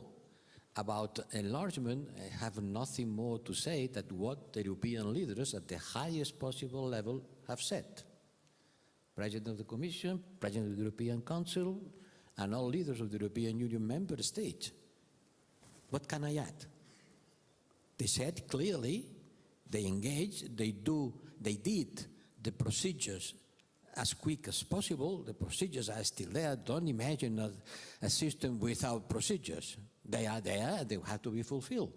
It's not my specialty, the rules and ways of the enlargement, but all European leaders here and out of this room have been saying once and again that Ukraine and Moldova and later Georgia will be members of the European Union, and the process is open. But don't expect it to be done overnight without any kind of fulfilling some requirements. And in fact, part of the point is actually that if those requirements are met, then there is that democratic consolidation, which is kind of the purpose of the whole exercise, right? Radek, you had a point on this. This is a wonderful moment, and thank you, Thomas, because a year ago, exactly, here, us, supposed hawks, were saying he's going in. And the supposed realists were saying he's bluffing. Well, who was right? And what we require is A, don't patronize us anymore, and B, since you didn't listen to us when we were saying it before, listen to us now. On enlargement, this is going to be interesting and difficult because there is pressure from below, from the populations to do it. But of course, including Ukraine will lower the average wealth in the European Union. So some countries will become net contributors earlier, for example, Poland, and we don't mind. But it will also change the balance of power inside the European Union. Ukraine will have 60 MEPs. the European Union will be rebalanced. Not everybody will welcome that. And the question of timing is, of course, very interesting. We have two distinguished Spaniards here. Am I right in remembering that Spain was the last country that was admitted into the EU first and then had a transition period to accept the acquis communautaire, right? And then Sweden already had to do the pre-accession. But you know, we could make an exception and go to the previous system, have a political membership first, and then open one area of integration after another at a pace that both Ukraine and Europe can sustain. It would only take a will. I want to take two final questions. There's Charles Grant, who's been very patient there at the back. No? But Oh, I can't. Yep, Charles. Charles Grant, Centre for European Reform in London. We haven't talked very much about the old French concept of strategic autonomy in the area of defence today. It's not such a popular idea now, I gather, particularly in places like the Baltic countries and Poland, obviously in the light of the war, given the incredible importance of the US defence link now. But my question is this: if somebody like Donald Trump or somebody close to him comes back to being president of the United States again, are the Europeans going to start talking about European strategic autonomy again in the area of defence? And linked to that, if they do start to talk about strategic autonomy, will they think that the British need to be part of it to make it a stronger and more effective strategic autonomy? Thank you, Charles. There was a hand there at the back, but I don't... yeah, there you are. Exactly.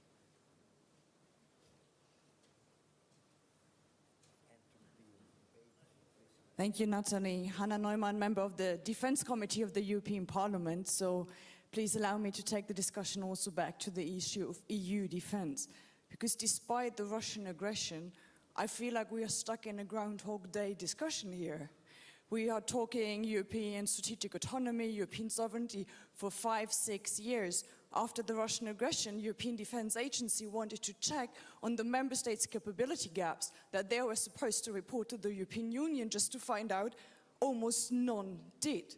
Now you are sharing, and I share this assessment, Mr. Borell, that the member states are growing their defence budgets, yes, but they are still not coordinating on EU level. So they will spend side by side, they will even run into competition and pay more for less that they get. So what does it need? And we have, two people from the member states also on the podium. If the Russian aggression is not enough, what does it need for us to really work on EU defense, which means giving up national sovereignty and moving it to the EU level and not just talk? yeah.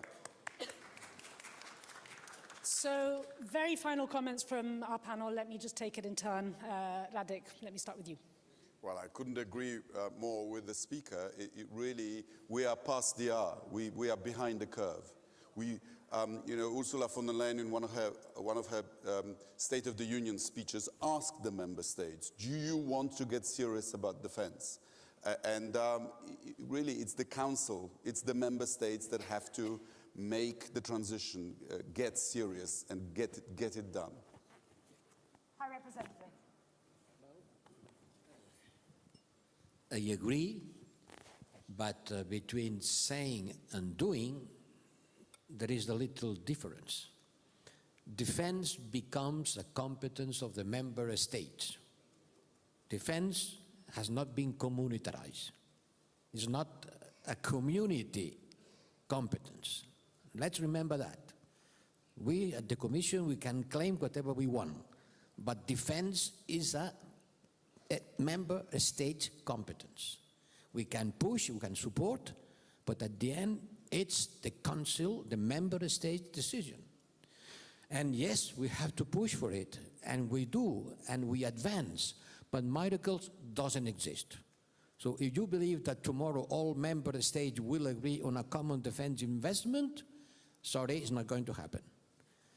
But we can do, step by step, a better integration, coordination, interoperability of our arms. And that's what we are doing. And we have a lot of work done. Don't dismiss the work that has been done, but don't ask for miracles. Defense remains a strong dimension of the national sovereignty.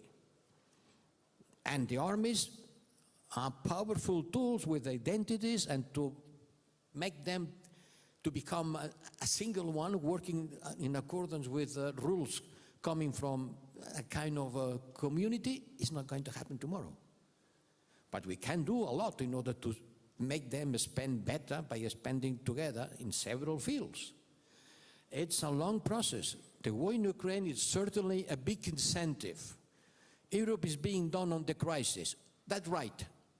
And this crisis will make us to react and to assume our responsibility, because strategic autonomy, no need because NATO's there. No, NATO is there. It will be there is something that we need and nobody's questioning. But this war has to represent an awakening for the member states to spend better, to spend more, to have more military capabilities, more interoperable, being a stronger part of NATO, and being strong in order to work when NATO will not be there. So this is something that we have to claim once and again. This is a crisis, this is an opportunity. We have to break taboos. We broke a lot.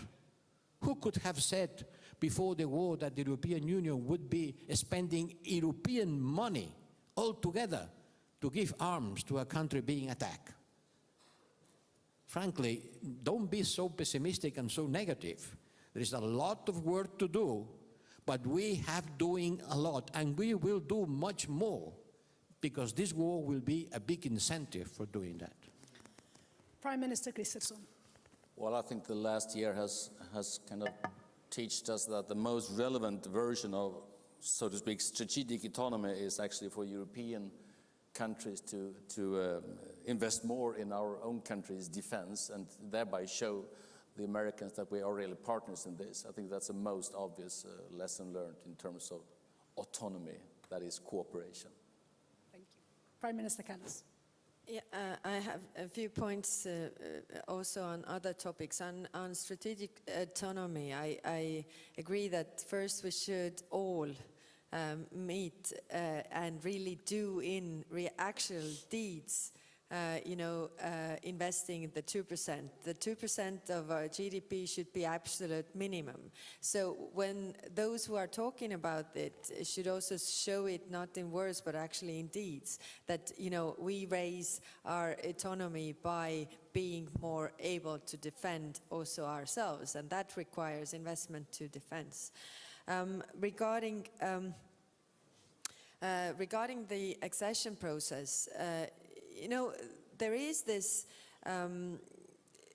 set of reforms that is required, and it is also the basis of prosperity. I mean, free market, rule of law, to make investors trust your economy, your system, and then it is also necessary to do those reforms so that the country could develop to the level where the other countries are, and there is a convergence between the countries that already are in European Union and whose GDP and well-being of people is better. So it is needed for both sides, but also for the European side. It's a bit, we hear that, it's necessary for Ukraine, but it's actually also necessary for us that our, internal market is bigger, then the whole region is more secure because it's dependent on the fundamental values that we share. And what Thomas asked, yes, I remember the 24th of February very well, when we had the meeting also with other prime ministers who were quite shocked. I heard so many times that we were naive, we should have listened to you.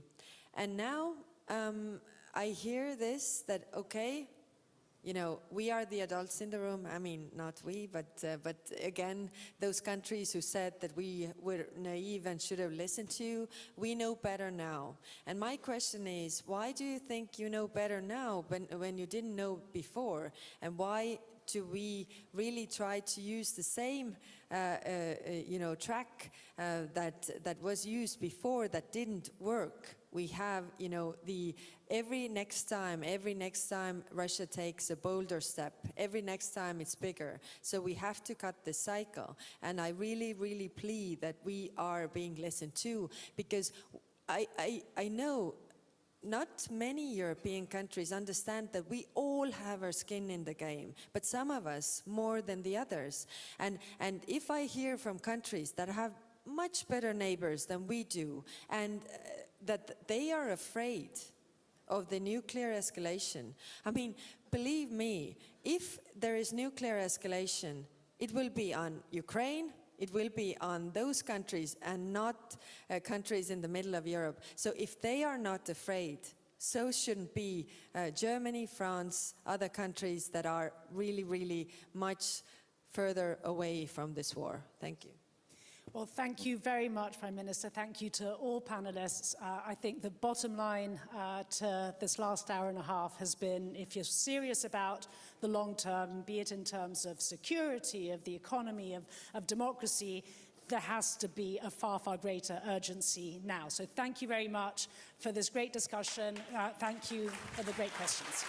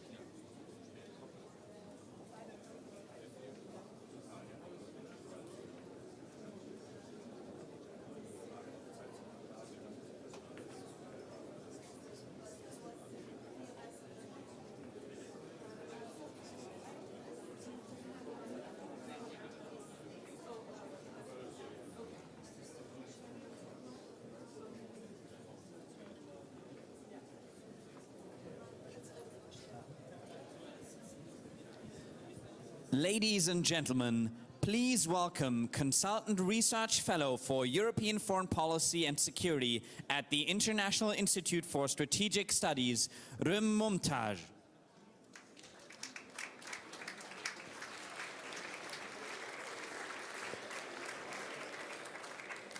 Hello everyone, and thank you for joining us for this closing session that I hope will continue on the preceding conversation. I am delighted to be chairing this panel in Germany, where we at the IISS have a very big office in Berlin in Breitserplatz, because of course the issue of European security is of great interest to us. Please help me in welcoming our esteemed panelists. We are starting with the Prime Minister of Lithuania, Ingrida Šimonytė. Hello. The Vice President of the Council of Ministers and Foreign Minister of Italy, Antonio Tajani.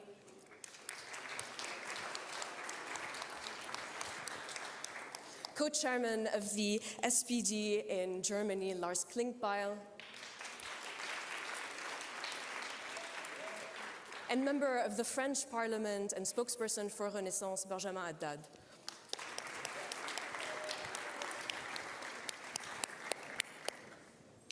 I'd like to get right down to business.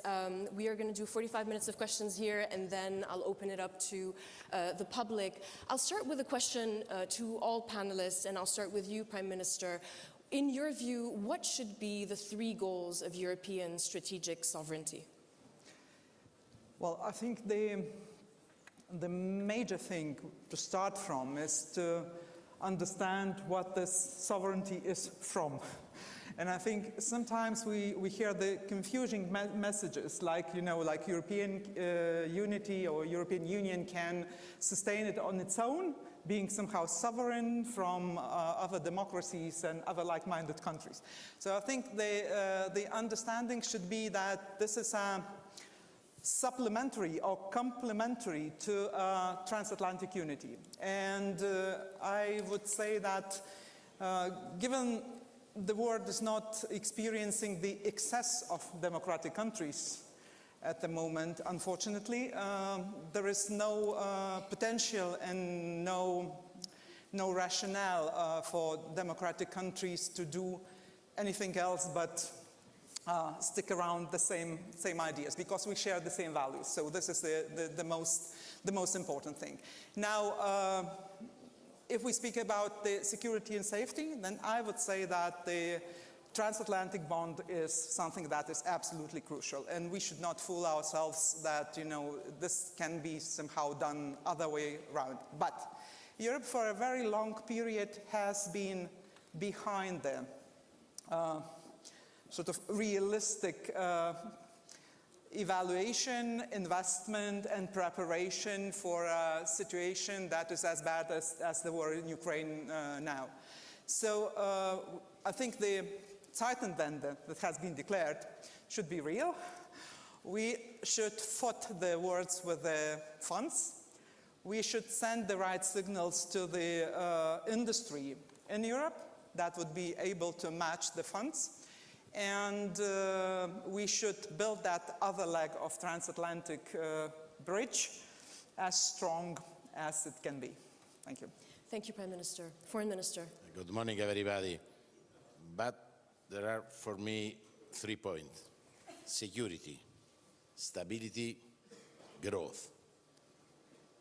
Security is to protect our borders, the East and the South, because there are also a lot of problems on immigration, illegal immigration. The situation in Tunisia in this moment is very dangerous. For this, we need to pay attention also in this sector.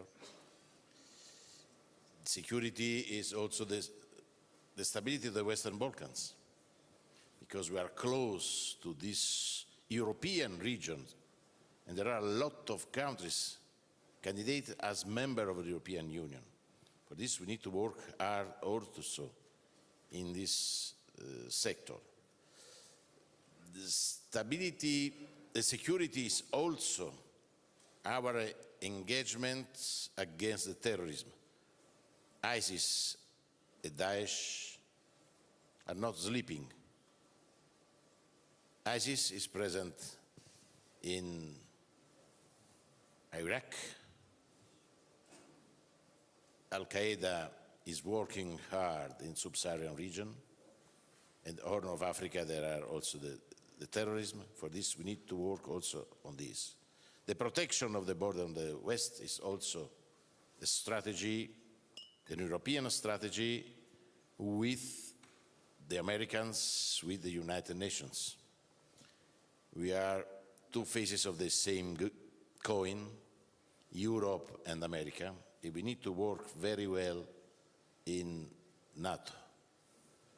Europe is the future for every member state. And for achieving this goal of the stronger union, I am in favor of federation as the United States of America, more or less. But we need the unity among the European Union. We need to be united, as we are united now, in defense of the rule of law, in defense of the human rights, in defense of the international law. Example, the invasion of Ukraine is an action against the international law. And we want the respect of the international law. This position is very clear for everybody. But we want to achieve peace. But it's impossible to achieve peace without justice. Justice is, I want to be very frank, independence of Ukraine and integrity of Ukraine. But also unity is crucial if we want to pave the way for a stronger Europe among NATO and Europe more present in Africa. Look at Africa. To look at Africa is crucial for the future. To leave Africa in Chinese hands is a big mistake for everybody here. Also for our growth. Italy with Germany are the most important industrial countries in Europe. In Italy, there are 4 million of small and medium-sized companies. For us, it's crucial to protect this network. But for doing it, we need to work hard against climate change, for better companies, to reduce the emissions of CO2, but we need also to work together with the Europeans, but also with the Americans and with Japan, in one key point sector, raw materials, rare earth, are 2 key sectors for the defense of our companies. It's crucial for growth. And then we need to work all together. Unity, the 3 points are more or less different faces of the same problem, the same unity. Growth is also to work in space sector, is very crucial, is very important for everybody. Also, if you want a cleaner industry, we need to work with space. It's crucial, but we need to work together with the Americans, because for us, Europe is the first point for the Italian foreign policy, but the other key points are the transatlantic relations. We are part of this part of the world. It's impossible to change. I want to be very clear. Italy is with Europe, is with the United States of America, with NATO. Thank you. Lars Klingbeil. So, I mean, you asked for the 3 main key points from my perspective on European sovereignty, and I would say the first one is security and defense. And 2022 was a year where we all focused on our national security and national defense industry, and I think this year must be the year of European defense policy and European defense industry. And So we have to do more, we have to spend more money, we have to build capabilities, we have to focus on a European strategy, and we have to focus on some political points. Maybe we'll debate them later here also on the stage. The second point I see is the question of economic resilience.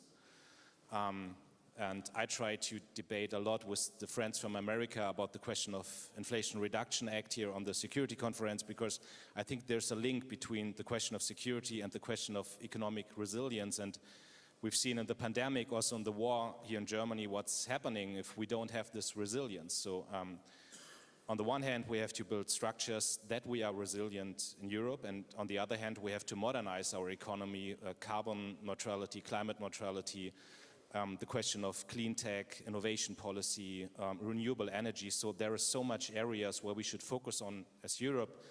Digitization also, it's a big topic in Europe we should focus on if we want to become strong or stay strong in the field of economics. And this is for me the second pillar if we talk about European sovereignty. And the third one is that in my eyes, Europe has to become a much more geopolitical actor. This is in the European Union with the question of Balkans joining the European Union or Ukraine joining the European Union, but it's also the question of outside the European Union. For example, we talked a lot about strategic partnerships to countries in Latin America, in Asia, in Africa, and I think it's so important that the European Union is becoming a strong actor in the field of strategic partnerships. And I mean, you ask for 3 pillars, and I'm a social democrat, so I have to add a fourth one, and this is the social dimension. We also have to talk always about the social dimension here in Europe. If we don't have good wages, if we don't have good jobs, if we don't have this social cohesion, it's a problem to take all the people in our countries for the European idea. But I see that the European momentum is there, and I think it's maybe the most important topic of my political generation to articulate and to debate and to form the strong Europe. But I think these are the main 4 pillars from my perspective. Thank you. Benjamin Haddad? I think, first and foremost, simply put, it's about protecting the security and defending the interests of European citizens.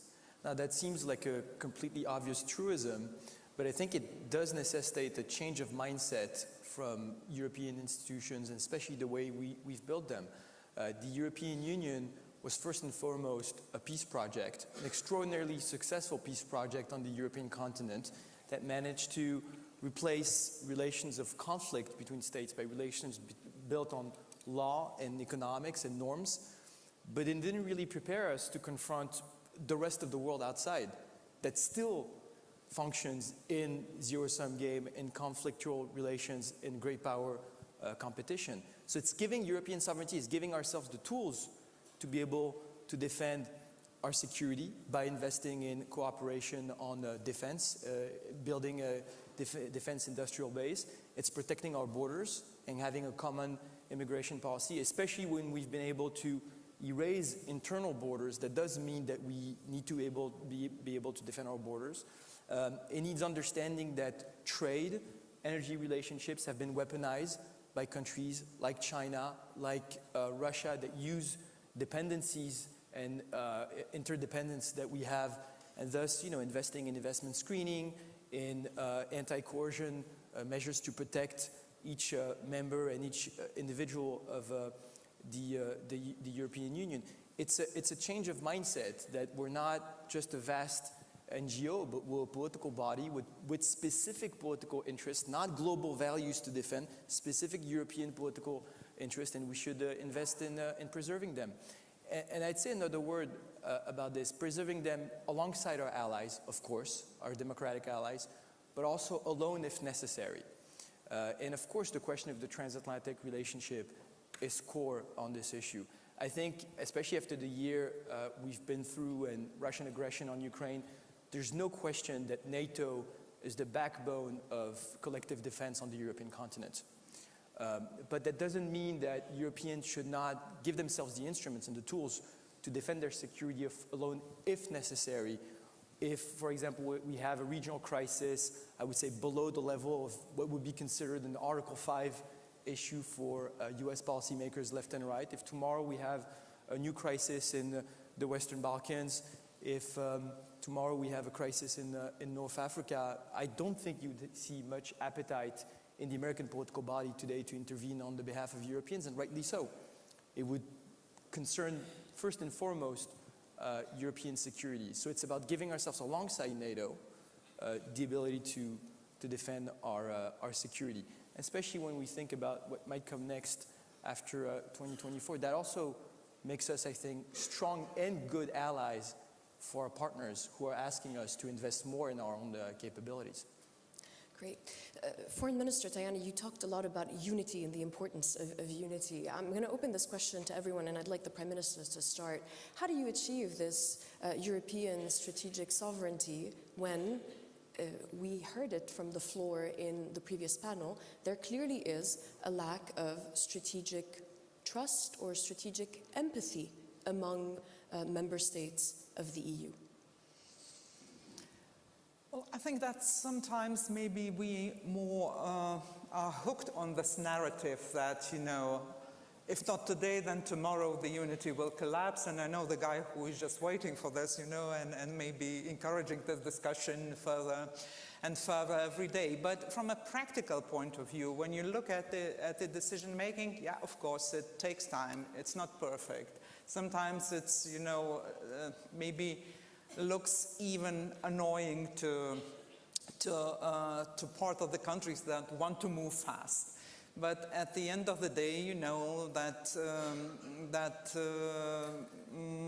we cannot allow ourselves to sort of sit and squabble if we are to remain as a union and as an idea. And we know that we should remain as a union and as an idea, and we are model for other people to sort of want to be part of.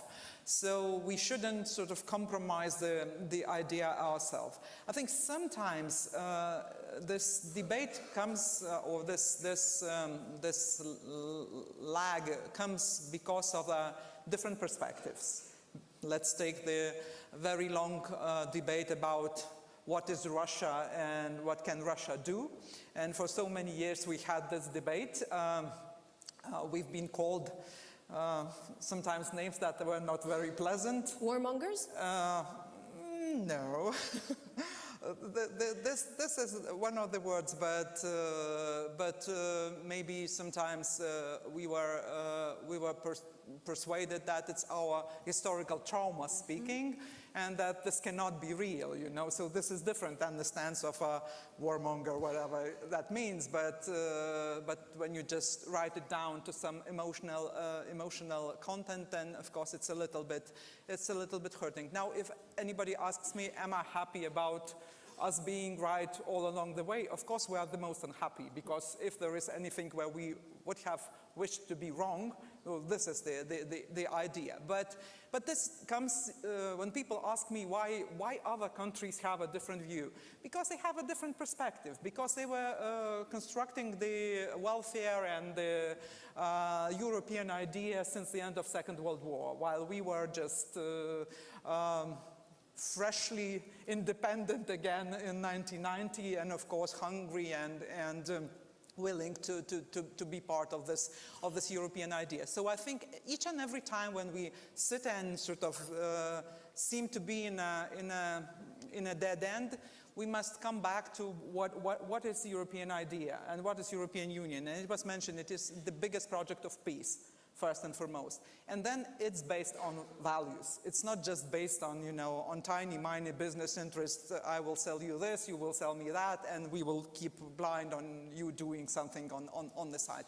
It's based on the values. And every time we come back to values, the debate seems to calibrate, because the values, because we know something countries like China, Russia, and others were trying to portray that this is not so, that first you can build economy, and then you can build human rights, private property, independent courts, free elections, and everything. We know that this is vice versa, that first you need to have those values, the human dignity in the core, and meaning the free court system, independent court system, free elections, free press, private property, and this is the core. This lets you create welfare and economic welfare for your people. So every time we come back to this, it seems like the debate gets back to normal. But if I maybe may reformulate, how can you have a strategic sovereignty if you don't have the same strategic culture, if you don't have the same threat assessment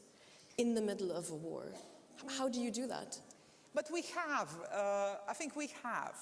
Maybe there are some politicians or some debates in public that would sometimes be sort of portrayed as, oh, here it comes, here's the crack of Europe, here is no unity anymore. I do not really feel this. I think we are, maybe some of us were a little bit too optimistic of how soon this part of history will end. And we were trying to dissuade from being overly optimistic or overly sort of impatient. And what we are saying and what I am saying, we need to be patient. And patience is our strength. And trust is our strength. And if you cannot trust your friends, then whom can you trust? So you have no other option but to trust your friends. Foreign Minister? If you want to compete at global level today and tomorrow, we need Europe, we need to be united. As Italy, it's impossible to compete with China, with India, with Russia in the future, but also to be strong partner of the United States. It's possible to do it only if we are united. Europe is a project of peace, of course, but it is also a project, a good project for everybody. If you want to protect our citizens, if we want to help our citizens, we need to have an important umbrella. Europe is an important umbrella. There is a common identity. There are, of course, different identity. We are 27. We are different, but at the same time, we are very similar. A question. Beethoven is only a German mother tongue or is European? Dante Alighieri, the first pro-European in our history, is Italian or is European? The churches in Munich are German churches, Bavarian churches, or are European churches? The Roman Empire is only Italian or is an European heritage?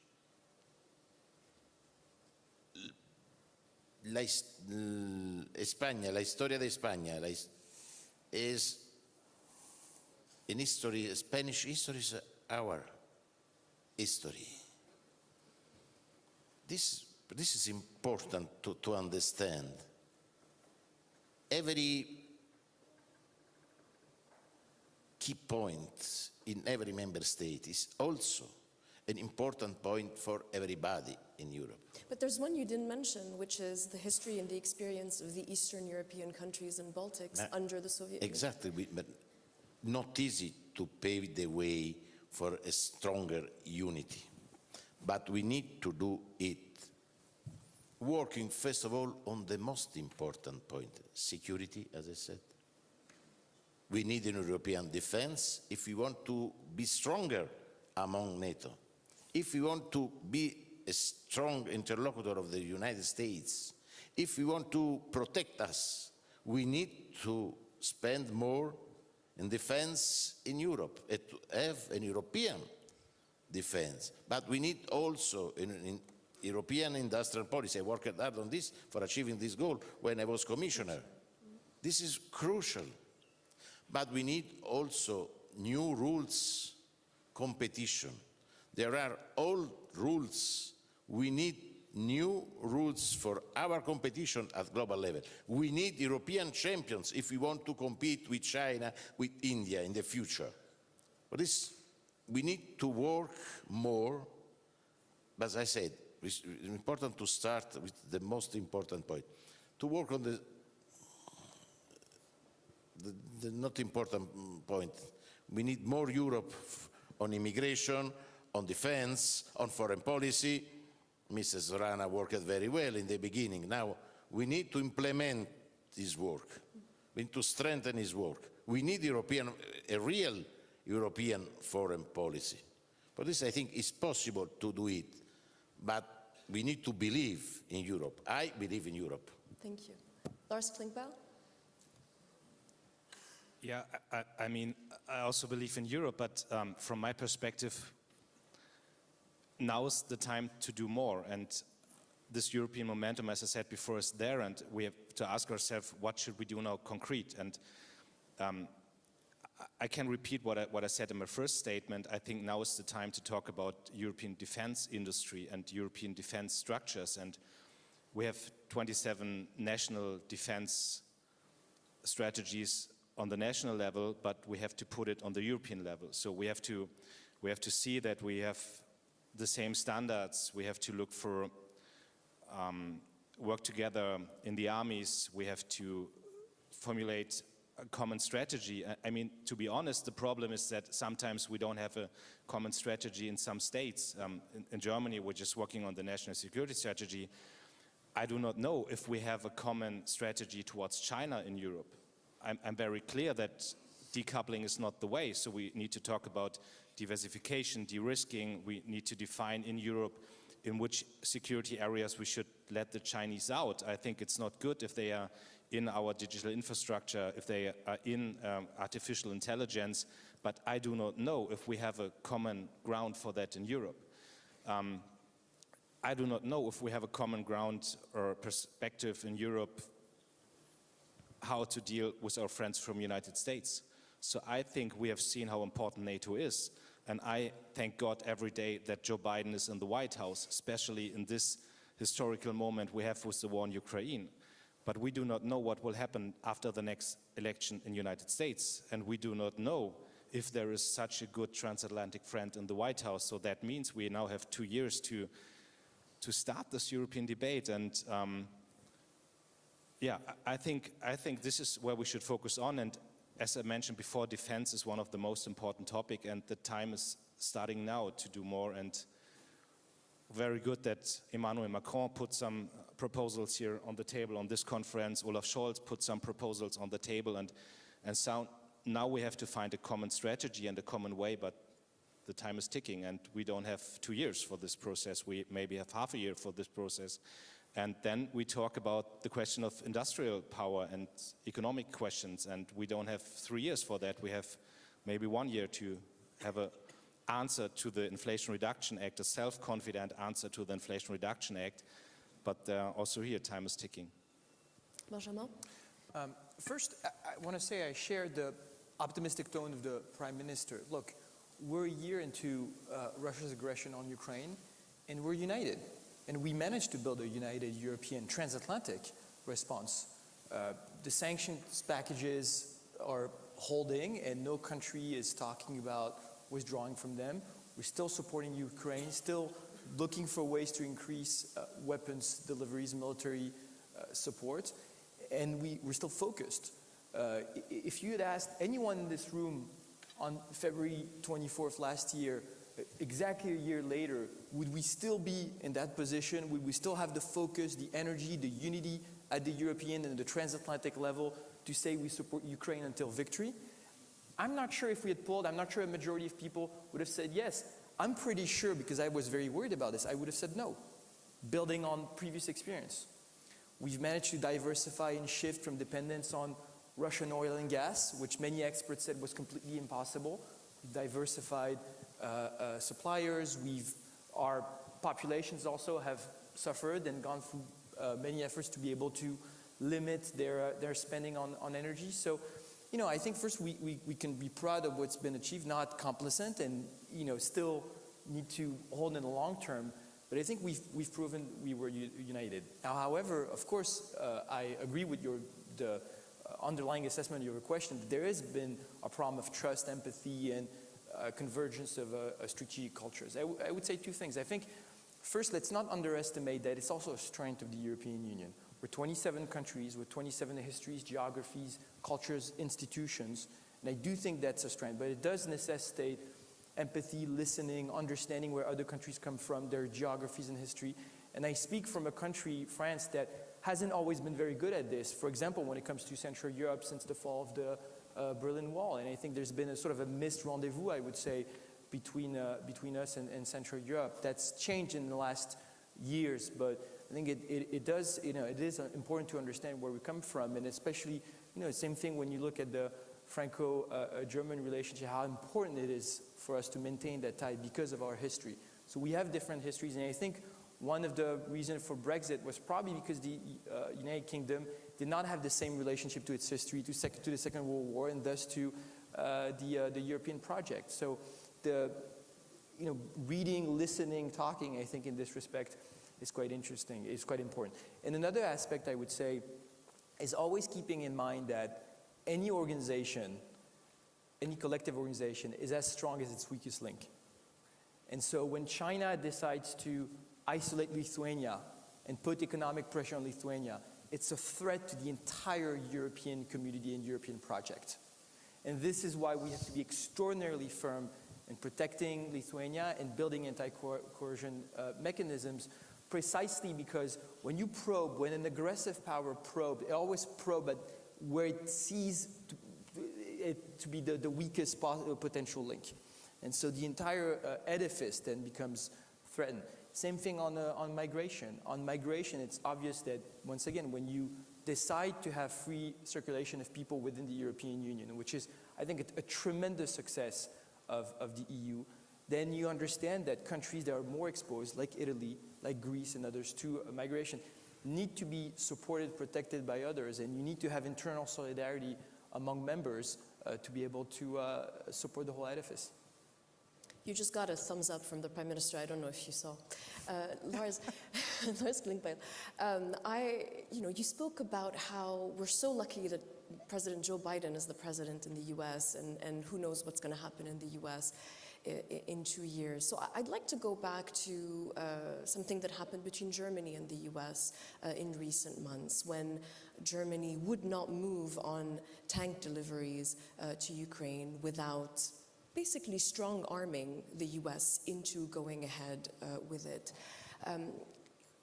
Did that weaken the credibility of the Zeitenwende?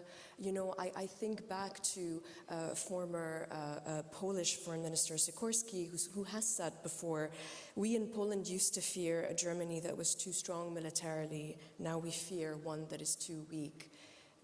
How do you respond after that? Let's say, I don't want to call it a turning point, but it was a marking moment when Germany would not move without the US. Sorry, the acoustic is not, the last sentence was? Well, he said, we used to fear that Germany was too strong militarily, now we fear that it's too weak. Yeah, I know this quotes, and you have to see what happened in Germany after the war started. It's the coalition with Olaf Scholz who put 100 billion to the army, and now we have a debate about spending more money to the army.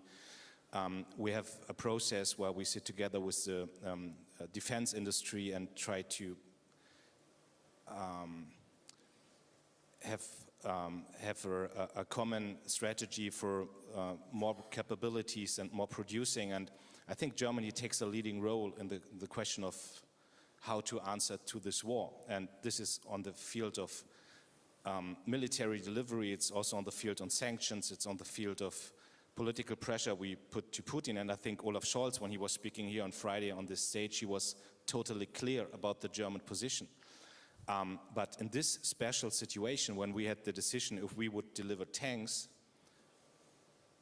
it's absolutely important that Putin knows that the West is standing together and that everyone in the West is doing something, not just one country. And this was an important signal also for the people in Germany, that if we go this way and you have to know not everyone is convinced in Germany and the public that this is the right step to deliver tanks. There are so many people that have fear of a Third World War, that have fear about Europe is going to be attacked by Russians and all of this. And so we have to take the people with us. So Olaf Scholz is very clear. The government is very clear. The coalition is very clear on this question. We want to support Ukraine. But for Germany, and especially for the people in Germany, it's important that we took this step together with the United States and with other countries. And it was always very clear that there's no national way in this question. We need a way together with our partners. And so this was important. And that's the reason why there were the talks with the United States. Benjamin Haddad, you said something about a missed rendezvous at some point with Central Europe. There seems to have also been a missed rendezvous at the beginning of this war by perhaps France and Germany when it came to putting in place very quickly strategic sovereignty in a situation, as you had said in your first remarks, where NATO wasn't the right response and Article 5 wasn't the response. Why did that happen? What do you mean exactly about the missed rendezvous? So, France and Germany ceded the leadership in terms of the military response to this war in Europe to the US when this war could have been the time to show that they could lead on that level. Yeah, look, first, once again, I think the biggest lesson is that the West has been united in supporting Ukraine, the United States, Europeans, and I don't think, we should cherry pick or have a competition about, who was first or who supported more. I think President Macron, from the start, has been very clear about the fact that we support Ukraine, that we give weapons. We had maybe a different way of communicating about weapons deliveries than other countries that were more explicit and open about it, but I think that has changed since then. And there was also, I'll talk about it very openly, I think a sense that you needed to keep a form of diplomatic connection with the Russian president. Of course, first before the war, where the president and Chancellor Scholz went to Moscow and Kiev to try to find a diplomatic exit, and I think that was a brave thing to do. Unfortunately, we have a Russian president that chose war and aggression, and that closed the door to diplomacy. And afterwards, to try to show the Russian president the folly of his endeavor and the fact that very early on it certainly wasn't working as Vladimir Putin hoped and expected. But once again, it takes two to tango, and when you have a leader in Moscow that has clearly closed the door to any form of diplomacy and dialogue, there's absolutely no alternative to supporting Ukraine. Now, where I agree with you, I do think it is a test for European sovereignty and European defense and security. It is about showing to our partners, it's about first and foremost giving Ukrainians the means to defend themselves and free their country, but it is also for France and Germany about showing all partners in Central Europe that we stand by them. And so this is why you've seen also France invest more in forward presence of NATO. You've seen the French-led mission in Romania, increased presence in countries like Estonia, Lithuania, or Poland. I think all of this is really necessary and for us, important to keep in the long haul. I turn now to I would like a quick, short response to the three proposals that President Macron put on the table on Friday when it comes to sort of defense and security. He talked about, the first thing was, massive rearmament of Europe.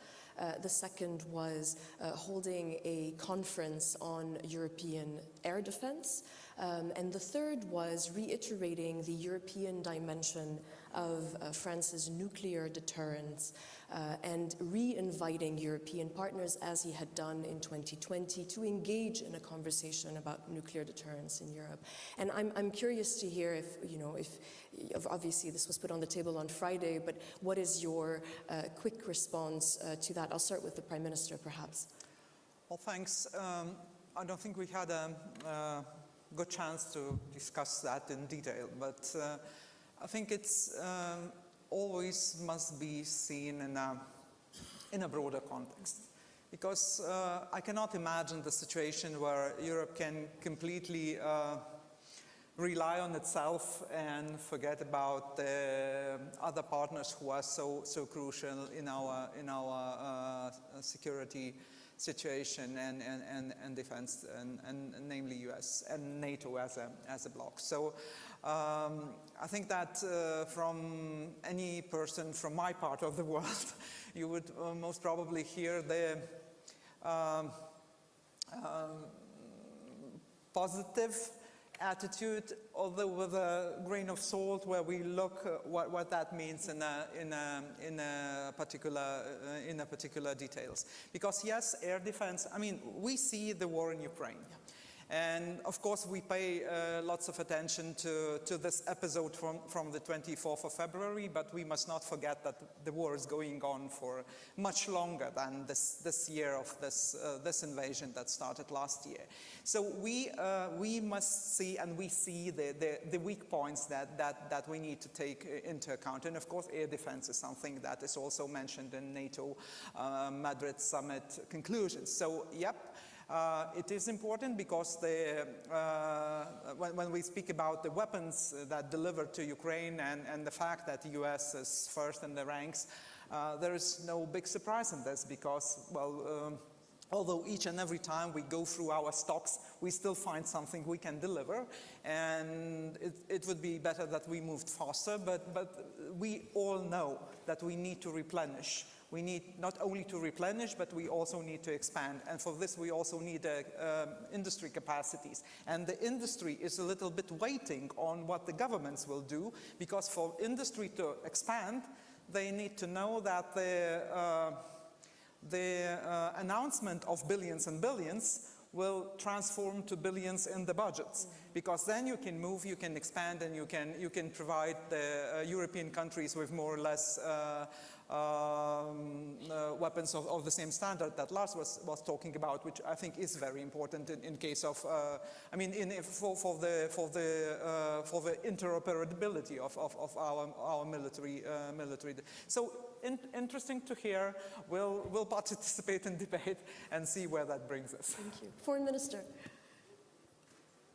But as I said, we need to spend more for the European defense. To spend more for the defense is possible also, is more or less to spend less at the national level, because we will coordinate the money, we will coordinate the budget on defense for a stronger European defense.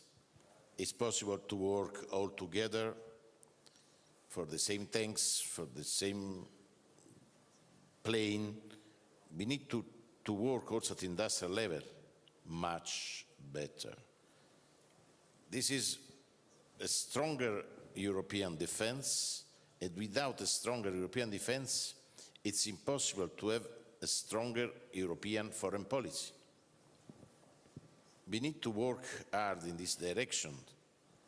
We need at industrial level, first of all, because this is crucial to work with the defense industry. But to have a strong defense policy is not to be in favor everywhere. It's to be in favor of peace, because if we protect well our borders, is to be in favor of peace. It's more or less the same situation in Ukraine. Why? We defend and we protect Ukraine because we want peace. Why? A defeat of Ukraine is not a solution for peace.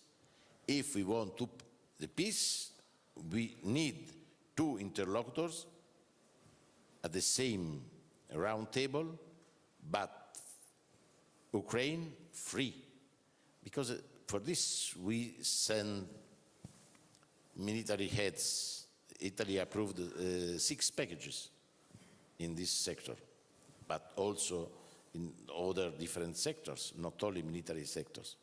To help in this moment Ukraine is to work for peace, because our goal is to achieve peace. We are not against peace. Italy is not in war against Russia. Italy is engaged in defense of the independence of Ukraine. For this, we need to spend in the future, to spend better. More is also better at national level.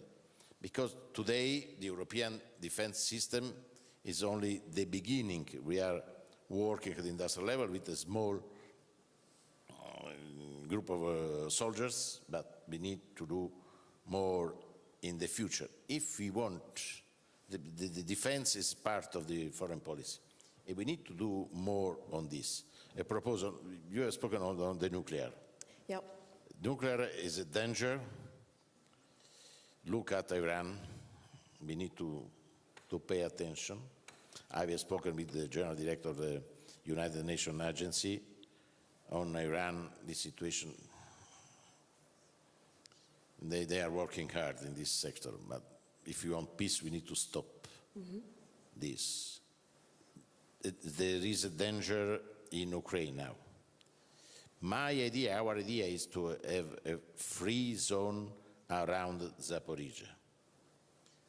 Should be a first point for peace, to stop the battle around Zaporizhzhia, because Zaporizhzhia is very dangerous for everybody.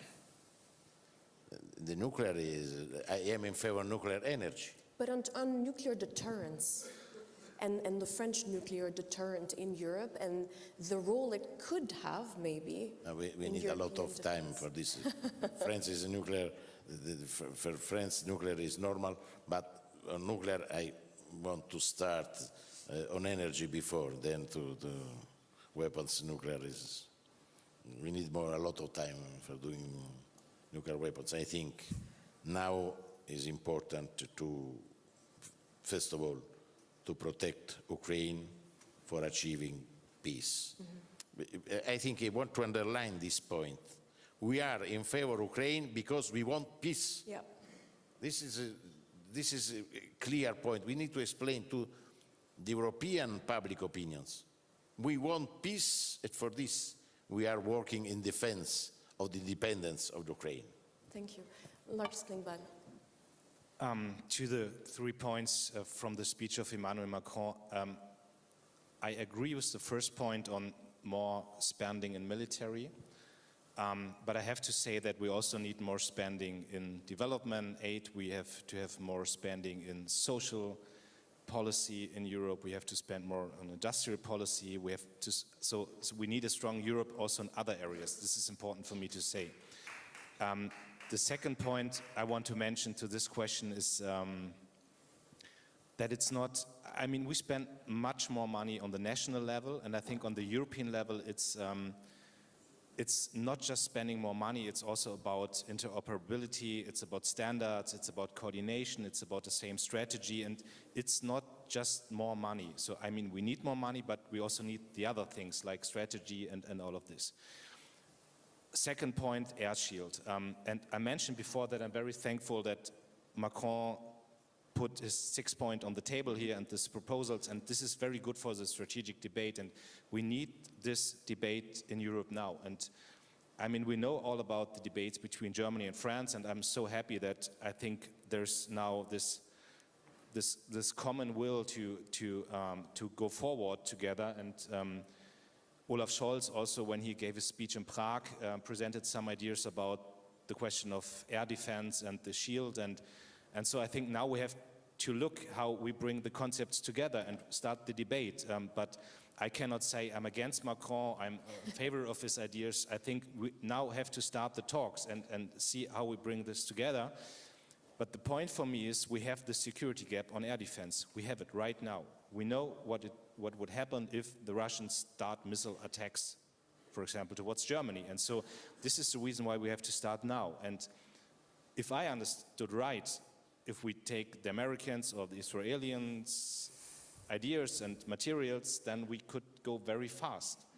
If we start now the European initiatives, it would take much more longer time. And so this is the question for me, could we bring the ideas for the short term to fill the gap we have now in security, and on the long term to build this European initiatives, could we bring these ideas together? And this is the debate for the next weeks. And on the question of nuclear deterrence, I don't fully agree, and I want to say that very openly. So I'm very happy that we have this transatlantic answer this answer here in Germany, together with our friends from the United States, on the question of nuclear questions and nuclear deterrence. And I have some questions to the French side. I mean, if I see how strong the position of the president in France is for a nuclear answer, for example, I didn't understand if Macron wants to share this power with the European partners or what his ideas are. And I think we also have to talk about these questions in the next months and in the European strategic debates. But I think in Germany, we are very happy to have the transatlantic link in nuclear questions. Benjamin Haddad, do you want to maybe clarify? Or? Sure. Well, first maybe on the general gist of the speech calling for a rearmament that's both a material and also an intellectual rearmament of Europe. I think that's really key, and that should be a generational priority for all of us. I mean, it's a very well-known fact that if you accumulate every national European defense budget, you end up with the second after the US military budget in the world. Does that translate in actual operational capabilities and actual expeditionary capabilities? Of course not. So I think there is a need to better coordinate, to have more interoperability, to build common capabilities, and we've had progress recently on the Franco-German fighter, for example. So I think this is probably, I'm not a federalist. I think that, of course, defense will still be first and foremost a national sovereign competence, and I think that's actually a positive thing. But having more shared capabilities and the political will to use them, because sometimes we do have them, but we still hesitate over using them, I think is really key. On the question of the nuclear deterrent, I think it's clear that the French nuclear deterrent will stay a sovereign, independent deterrent. But if you look at the doctrine, the nuclear deterrent is there to protect French vital interest, and vital interest include also the security of allies and European partners. And we're such a far cry from the debates during the 60s with the United States. I think now over autonomous nuclear deterrence of European allies, especially France, which were one of the factors that led General de Gaulle in '66 to leave the NATO integrated military command that Nicolas Sarkozy joined back 15 years ago. The truth is now I think there's no doubt that having autonomous nuclear deterrence like the one of France contribute to the general security of the transatlantic alliance, alongside, of course, the US nuclear deterrent. And one word maybe on the question of the defense industrial base. Of course, the devil is in the detail, and that's something that we've been negotiating at the European level for years. I think it's really key, if we want to have the capabilities to defend ourselves as Europeans, to have a solid, autonomous industrial base, interoperable with the ones of our allies like the United States, of course. But I'm a retired think tanker that went to politics, and you also need, if you increase defense spending, as we've been doing in France, over 10 years, 12 years, the defense budget of France will have doubled. 25% in the last 5 years, and then in the next budget is bringing us basically to double. And of course, that's even less than some of our key partners in Central Europe and elsewhere. If you want to be able to justify that, sell that to your public opinions, to your voters, you also need, I think, to show that it trickles down in terms of industry, in terms of jobs, in terms of growth for the population. I think it's very important. Defense spending, we all know, I think, here in this room, how crucial it is to our security and our capabilities, but it's not the same kind of public expenditure as justice, health, or education that you use every day. You don't, if everything goes right, you don't need to use your military capabilities every day, but it's the life insurance of your nation. And so you better have it the day an unexpected crisis shows up. I'd like to now move on a bit, maybe perhaps to the industrial side, and Europe's response to, let's start with the Inflation Reduction Act in the US. I'd love to hear, and perhaps Foreign Minister Tajani, you can start with that, given your previous experience as Commissioner for Industry. How does Europe respond properly to the IRA from the US without further distorting the free trade in the world, but also without siphoning off more investment that could help the green transitions of whether it's Africa, whether it's Asia. We've heard a lot about how important it is for Europe to also have empathy toward the global south, take into account their needs. How do you do that? And to quote Chancellor Scholz and President Macron, how do you de-risk without decoupling from the rest of the world and then allowing China to move into these spaces? We need a conference for the answer. But I think the industrial policy is crucial for Europe. We want to compete on the quality at global level. The inflation is a problem for the Americans, is a problem for us. But the difference is very clear. The inflation in America is an internal inflation. In Europe, the inflation is coming from abroad. The problem for us is the situation in Ukraine. I think for the American companies, it's a good choice to back the industrial competition. In Europe, what is possible to do if you want to compete at global level, not only with the Americans? I think to have free state aid is not a good choice, because the freedom of state aids without limits is against the competition among the European Union. Is only to help one or two countries against the other countries. Probably we need to choose other solutions. To have only one in European industrial policy. My idea is to have another recovery plan for putting more European money among the European Union. If we want to compete at global level as Europe, we need to have different choices, not only the total freedom of the state aids. Because the richest countries will be more money for the competition, and the other countries less money for the competition. This is not a good choice for the competition, because competition is one of the most important key points among the European Union. I want to compete at global level, of course, but I want to compete as Italian industry at internal level, at European level. For this, I think it's better to have an European fund for helping and for supporting at global level the European industries. Lars Klingbeil, do you want to take that? Yeah, I think we are together in the analysis that the Inflation Reduction Act is a big challenge for Europe, and but I have to underline that I'm very happy that the Americans do this climate policy. I think it's important for the world that they start now with an active climate policy and try to get the carbon neutrality and all of this. And so now we have to formulate our answer, and as I said before, it must be a self-confident answer. We have strategic decisions focusing on industry policy. We have to reform the state aid.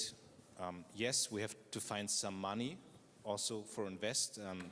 We have to see if Next Gen EU, I think there are some money left we can maybe take for this. We can also have an open debate, and I say this, I underline, as a party leader, not as member of the government. As Social Democrats in Germany, we are open for a debate about finance resources and find them for the European investments. But we have to take the decisions now, and then we have to sit together with the Americans and talk, because I think at the end it must be a transatlantic agenda on industry policy. And this is what we have to make crystal clear to our American friends. It's not okay if we take more responsibility on security, and we will do that. We talked about this in the last hour. It's not okay if we as Europeans take another politic towards China, and this is also an economic risk for Europe. But then the Americans' friends coming and make an industry policy that's not meant against us, but that's in some ways against us. And it's a big challenge for Europe. So we have to talk about common trade agreements, about the instruments in the Inflation Reduction Act and on the European side. So for me, it's important that there's no battle between the United States and Europe, but for that we have to go a common way. And the first thing is that we have to find a European answer. But to me, it seems after the last European Council that we're on a good way. There are proposals on the table from Ursula von der Leyen and from others. And yes, it's about state aid, it's about strategic dimension, it's about investments, it's about European money, and I think this must be the solution in the next months. Benjamin Haddad, do you want to add something quickly? Three quick points, because I strongly agree with what you just said. First, I do think the proposals that were put on the table recently by President von der Leyen go in the right direction. We need massive investment for the green transition. And if it comes with some state aid, if it comes with rethinking some of the competition policy that sometimes has gone against our own industrial and economic interest, then let's have no taboo, and let's not be naive also about what some of our partners are doing in terms of protectionism. Second point, it is still important, while protecting our own economic interest, to have this robust transatlantic dialogue. And while I really applaud the amazing job the Biden administration has done in coordinating a transatlantic response to Russian aggression on Ukraine, I think it's been less impressive when it comes to having this economic dialogue, especially when it comes to the Chinese challenge, which is ironic because it was the priority when the Biden administration came into power. President Biden's first trip was to Brussels. We set up the TTC, the Transatlantic Tech and Trade Dialogue, and at the time the understanding was if you want to build a common response to China, it's not going to be primarily a military one. It's the question that's being asked is what kind of globalization, what kind of rules and norms do we want on supply chains, on investment, on digital norms. And in this, you need to engage in a dialogue with the EU, with Brussels, with the Commission and its normative instruments. And I think maybe because it's been hijacked by the war in Ukraine, we haven't been able, I think, to have this robust conversation. And the third point is at the European level, I think we need to have a frank conversation about energy policy and energy prices. The way the energy market currently is set up tends to inflate prices artificially, which also goes against our own economic and industrial interests. It's a complex debate, but the way prices are set up is determined by the latest producing unit, which tends to be a gas plant. And when you have a higher mix of renewables or nuclear in your energy mix, you still have a higher share, you still have very high prices. And so I think having it's a complicated and also debate where you have lots of different national interests, but we need to have a serious conversation about the way this is fixated. Thank you. I'm going to open it up now to the public, and the first question will go to our Munich young leader, Nereio Peñalver.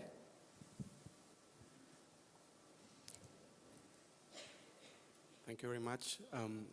Today we're suffering the consequences of a policy over decades in which we decoupled our sources of prosperity from our sources of security.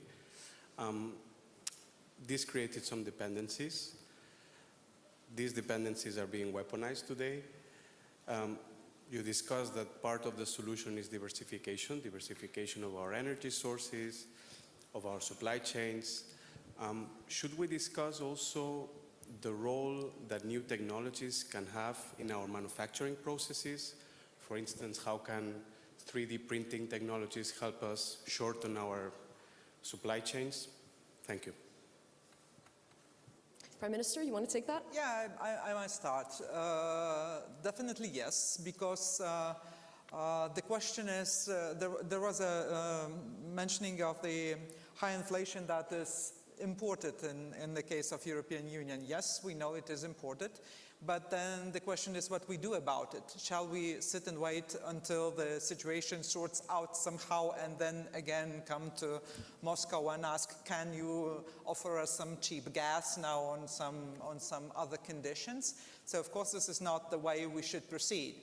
I mean, this transition that we have to go through here is meant to happen from the sort of starting point that there is no point of return here. So we need to completely reshuffle and rearrange our energy system, where this can play a very significant role, and we should think about new generation energy systems, about new technologies, green technologies, hydrogen, whatever, that is part of the grid. And here is this European sovereignty very high on the agenda, because when we speak about IRA, it sometimes looks like, you know, we want to have two for two. Yeah. If there is IRA, let's make our own IRA. But this is a sort of a wrong assumption. Let's do our homework. We know our problems. Many of them should be sorted out at European level. We will need European funds for that, and very strong cooperation also at industrial level, at the level of investments, into country investment grids and everything whatnot. So this is where the place for these technologies is very, very visible, and I think this is how we should see it for the future. Lars Klingbeil? I totally agree that we should focus on new technologies and digitization and all these questions. I mean, especially in Germany, we paid a high price for the dependencies we had towards Russia and the Russian gas, and we did mistakes, yes, you're right. And so that means now we must learn for the future. And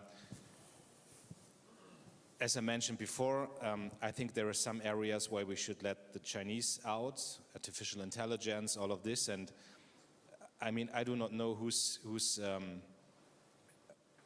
doing something on the question of industrial metaverse, for example. So this is so important for European industries, that we are good on the question of industrial metaverse, that we are good on the question on AI, that we are good on all these developments that are there, and also good on the question of new energy developments. And if we see the funds we had with Next Gen EU, so I mean, they were focusing on all this question of modernization.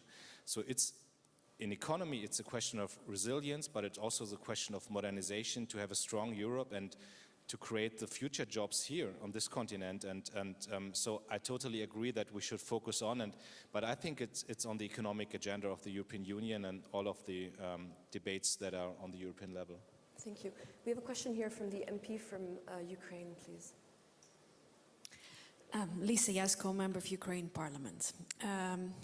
Dear colleagues, friends, you know, when we talk about the future of Europe as sovereignty, we should ask ourselves what were the reasons why we got to the situation as a year ago. And one of the reasons is actually the influence of Russian propaganda and disinformation.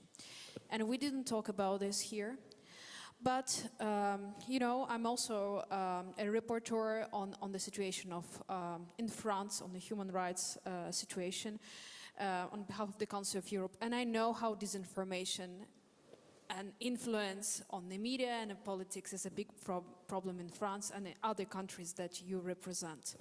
I also, but now specifically, I want to ask our Italian friend, on behalf of thousands of Ukrainians who are very much concerned that while all the member states banned Russian media, in Italy somehow Russian media is still working. This is different requests that I get from Ukrainians, but also personally. I was recently in Italy, and in the hotels where I was staying, I saw Russian media everywhere. Why is it so? Can we change that, please? Foreign Minister. But for the Italians to understand Russian is not easy. Also to understand English for this, for the large part of Italians speaks Italian for this. But I think Russian propaganda is working through the social network more than the newspaper. Today, the information is through the social network. For this, we are implementing the decision of the European Union on the copyright, because through the copyright it's possible to check, and because to check the situation, to have a defense of the right information. This is crucial. The intellectual, but a large, I think, there is not a Russian, frankly speaking, not a Russian propaganda. Of course, there are journalists working in Russia, but I think that the large part, the 99% of the Italians are in favor of Ukraine. Not, I think, for me, Russian propaganda doesn't exist in my country. It's not a problem. There are a lot of Italians here. I guess the question is, why allow Russian televisions to continue to be available in Italy, to be watched in Italy, given that, you know, whether it's RT or Sputnik, etc. There's not a problem for nobody watching the Russian television. I think in Italy, look, Italy is completely different. We are not close to Russia. Nobody is watching Russian television, Russian newspaper. This is not a problem for us. No, but your opinion, of course, I respect your opinion, but please respect my opinion, because it doesn't exist, this problem in Italy. The Russian propaganda is out, it's completely out, doesn't exist. Nobody knows the Russian newspaper. I think nobody in Italy watch the Russian television. It's missing. There is the country with the stronger action against oligarchs, the stronger action by Guardia di Finanza. I want to be very clear on this. Nobody in Europe is doing what Guardia di Finanza is doing against these Russians. Our action is very, very, very strong. This is not Russian propaganda. Thank you. I have two requests from the panel to also respond to that question. Prime Minister. If I may, I think one important thing to mention here is that for so many years, so many people in Europe, politicians, also other observers, were blind to see that what actually happens is that Russia takes all the values that we cherish so much, like independent courts, like welfare state, like freedom of speech, like free elections, and participate in all of this for the abuse of, for their own benefit. So they are now using our court system to challenge the sanctions, because we have independent courts and they might use their chances. They were using our education, healthcare, all the systems for their wives, kids, mistresses, and mothers-in-laws. And then they were registering property in Europe because they knew it is safe, and they were also betting and speculating on this freedom of speech, saying that, look, if you tolerate all the opinions, then you need to tolerate also this opinion. But I mean, it's a right time to say that there is no media. Even you in your question said media. It's not media. It's just propaganda. And as soon as we understand that there is no media and just propaganda, so we will feel much braver to put ban on all the channels that we can control. Thanks. Benjamin Haddad. I was going to say the same thing. Information space is comparable to the conversation we've just had about trade, about energy relationships. It's authoritarian regimes using our openness, free markets, our democratic values as a weapon. They're weaponizing it as tools of leverage and influence. When we close Russia Today and Sputnik in Europe, we don't restrict freedom of speech. We actually push back against state weapons that are used by an authoritarian state to restrict our own independence and sovereignty. And that's, I think, a nuance that's very important. I agree with Foreign Minister Tajani that one of the biggest battle spaces is going to be social media. And everything that we're doing at the European level, Digital Service Act, etc., is precisely to be able to at least have a sense of fighting against hate speech, fighting against disinformation on social media. And it's very important here to try to have a conversation with our American friends about the different kind of norms and regulation you can see. And just one last point on this. We're talking about the internal challenges of our own democracies, but Europe, and I think that's one of the things that we've awakened to in last year, has also failed to compete in terms of influence with Russia and even China in our own neighborhood. When you look at the Western Balkans, I'll take just one example, vaccine policy, vaccine distribution. I think it's been a great success of the European Union at the level of the 27, but when you go to Serbia or Bosnia in 2021, it's Chinese vaccines that have been distributed. They're on our continent. And same thing when you go to Moldova, Georgia. So it's not only about disinformation and propaganda, it's also that on actual policies, even our own neighborhood, we failed to compete against authoritarian regime in the last decades. Thank you. We have a question here from the gentleman in the glasses, fourth row. If someone can get him a mic. Thank you. Thank you very much. I'm very much for enlargement, not to be misunderstood. The Western Balkan countries, Ukraine, Georgia, Moldova. A lot of reasons I have not to argue, it was said enough about that in the course of the last 3 days. But we will be then 36 member states. Are we prepared for that with our decision-making procedures? The efficiency of our decision-making?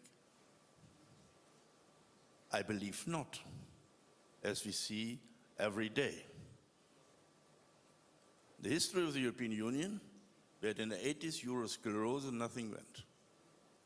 Then it became, in the 80s, the single market, in creating the single market by inventing majority voting. There would be no single market without majority voting. And the same was the procedures then in the 90s.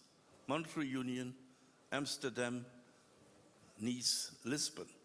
It was all the way to prepare for the enlargements around 2004, to make the European Union able in competences, but especially in decision-making. Now, we talk about 36 member countries, but not about a reform of the European Union. We ask all the candidate countries to reform, but nobody asks, we do not ask ourselves to reform ourselves to be able for enlargement. Thank you. I'm going to pool some questions. There's a gentleman right there, and then the lady in the second row, just so that we can end on time and I can, Ambassador Huysken can give the closing remarks. Go ahead. Thank you very much, Madam Moderator. It's Ulrich Lechte, spokesperson of the Liberal Party in the German Bundestag.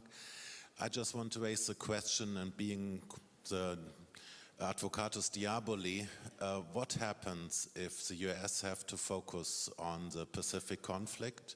What happens when all the production we are just seeking to get from the US is not coming to Europe? What's about our defense industry? Are we able to raise the production lines there? Are we able to come by with projects like FCAS, don't thinking about where to produce it, then how to produce it, and come by to raise our own defense industry? That would be quite a question I would like to hear answered by all of the panelists, please. Thank you. And the lady in the second row, please.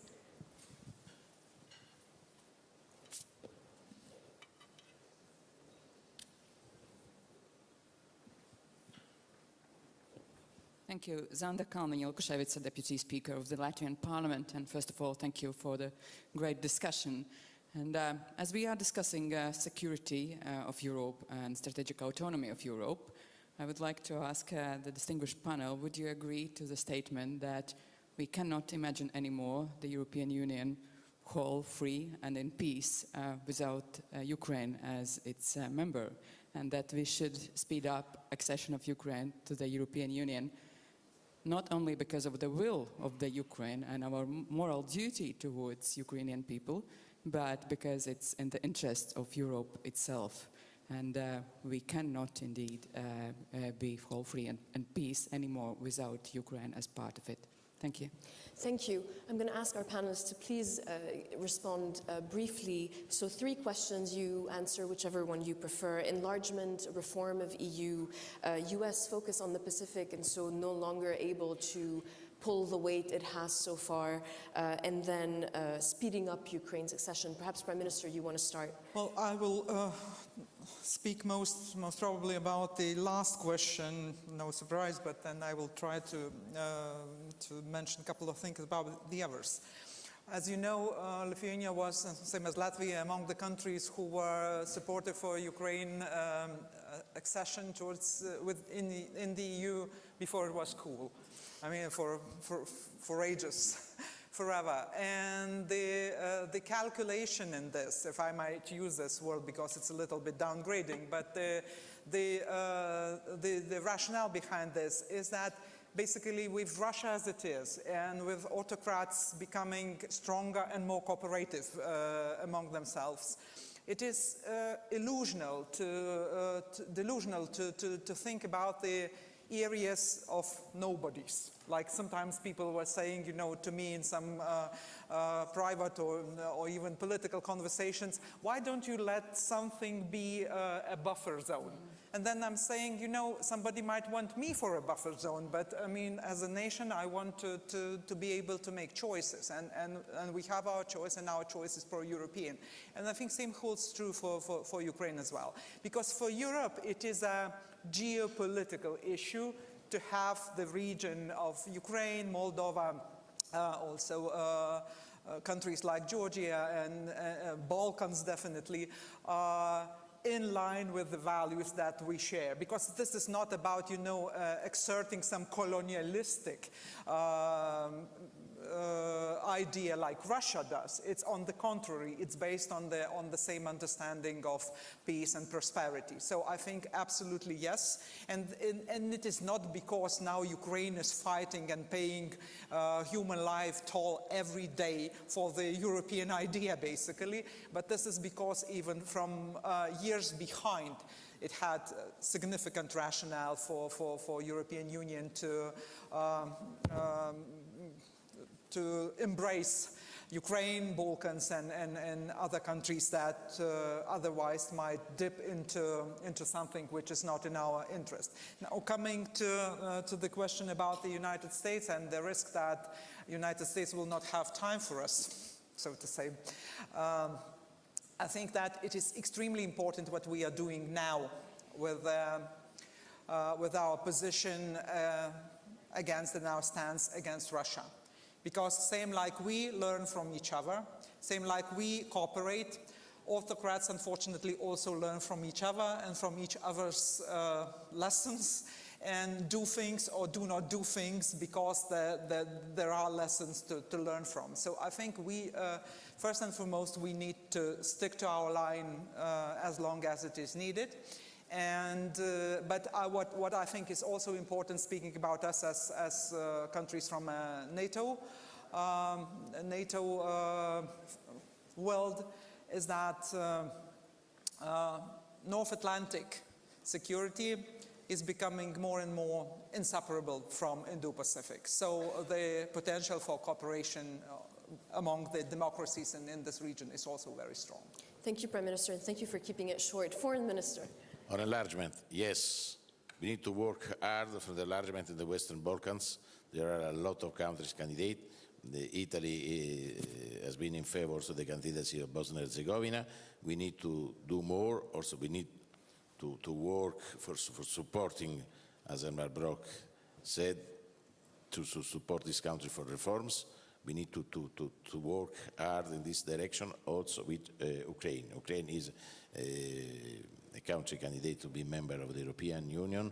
We want to work with Ukraine also for the reconstruction of Ukraine after the end of this war.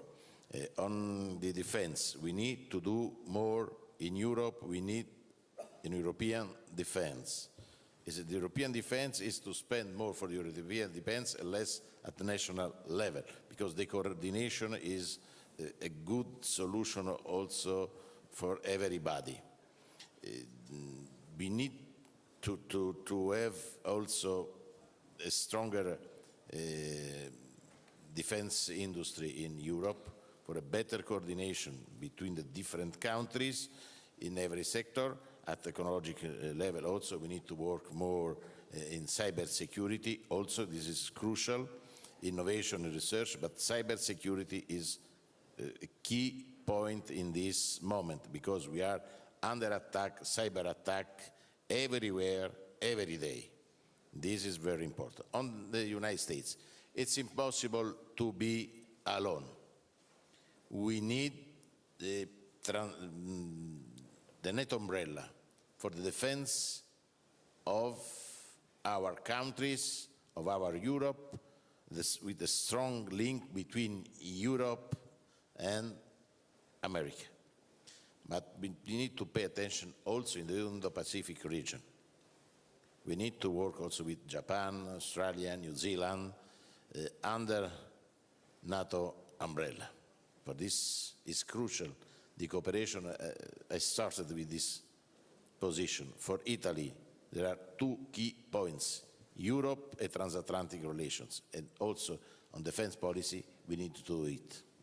Thank you very much, Prime Minister. Lars Klingbeil. Okay, the first question of Ukraine joining European Union.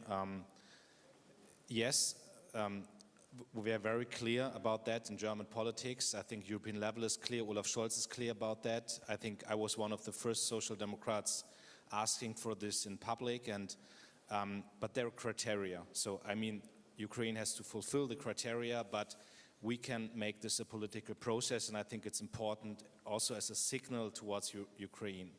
About the enlargement and the question of Elmar Brok, I think it's not the question if we want enlargement. I think if we see Europe as a geopolitical actor, we need enlargement, and we need it very fast. And we have to be absolutely clear on that. Otherwise, and my French colleague told us, all these countries will seek the connections towards China, Russia, and all of this. So if we want Europe to stay strong, we need enlargement. But that does not mean that we do not need also reforms. I mean, I'm absolutely in favor of more majority votings, and I'm absolutely in favor of reforms in the European Union to have this as a political actor. But the question of enlargement is a high political question, and we should be very clear on that. And the last question about Europe and US and our friendship, I mean, I'm also absolutely clear that the Americans will focus more in the Indo-Pacific region. And this is the reason why we should do more. And I think this is a signal here from Olaf Scholz, from Macron, on the talks I had on this Munich Security Conference. Everyone was very clear that Europe has to do more military spending, more structures on defense industry on the European level, more strategy debates and strategy decisions on the European level. I don't think that the Americans will make this hard cut of the next election. So we are very happy to have them on our side, but they will make a lot more pressure that we do more. And to me, it seems on this conference that Europe is ready for that, and now we have to fulfill.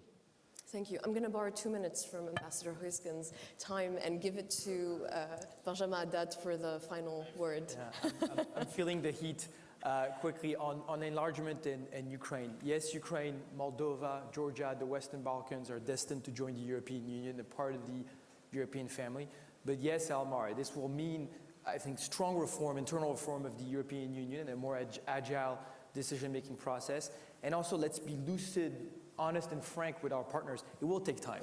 It's both a political and a technical process. It does mean administrative reforms, rule of law, internal fight against corruption. There's a lot. It will take years, but that doesn't mean it's an either out. And I think this is why President Macron has been pushing the European political community as a for, not as an alternative, but as a for in the meantime to engage our neighborhood on a lot of concrete projects to keep them anchored to the European Union.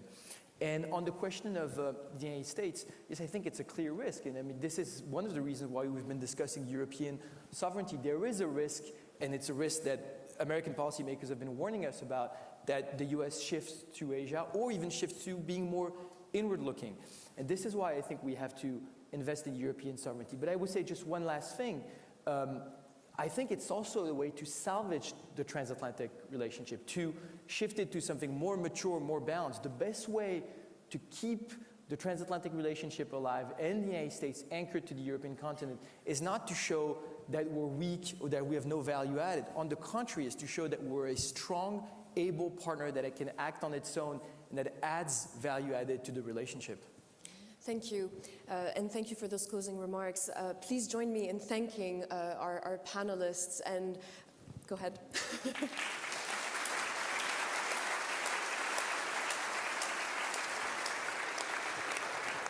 And please remain seated because Ambassador Huysken is going to give the closing remarks, and I invite the panelists to join the public. Thank you. We can go sit there. Okay, thank you. Thank you for being here. Vielen Dank, das war gestern mit Bayern so ein Scheiß.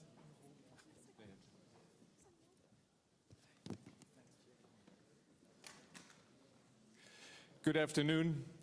I know after 3 long, exhausting, interesting days, you are looking forward to some rest, so I promise I will not speak much over an hour.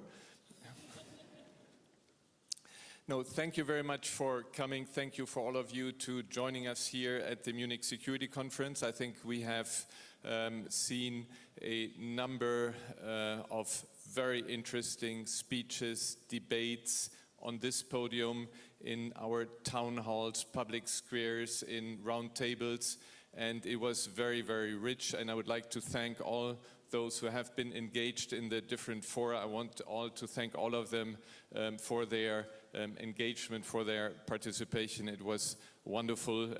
I have only seen a part of it, but I was really impressed by what I have seen, and I hope that you have the same impression.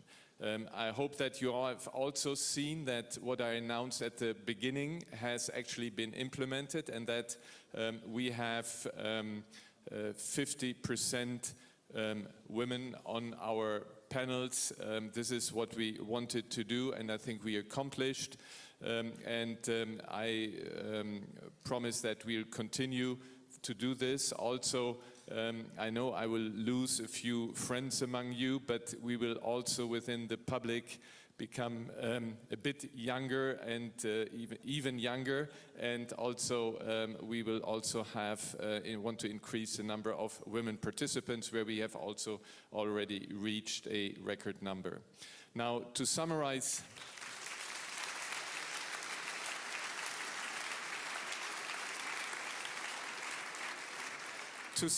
the last 3 days is very difficult, and we all take home something different from this conference. When you look at the speakers and when you now recall what was the most impressive for me, it was President Zelensky. We had him on screen. He was last year, he was here, it was his last visit before Vladimir Putin decided to invade his country.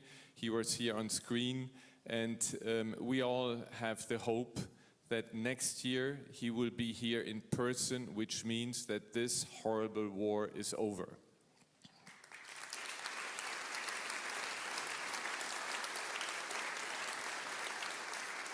What I take away from this conference is a strong transatlantic and beyond unity. Unity that we do not accept this breach of civilization, that we do not accept that in the 21st century borders in Europe are changed by force. We do not accept this horrible war that is being waged. For this to be successful, we need to continue to have this very strong transatlantic unity, to have this largest CODEL in Munich was very happy. I was very happy about this, and this sent this signal, and we saw this. This was a signal that crossed the aisles in the US that yes, we are here to stay. We have more staying power than Vladimir Putin.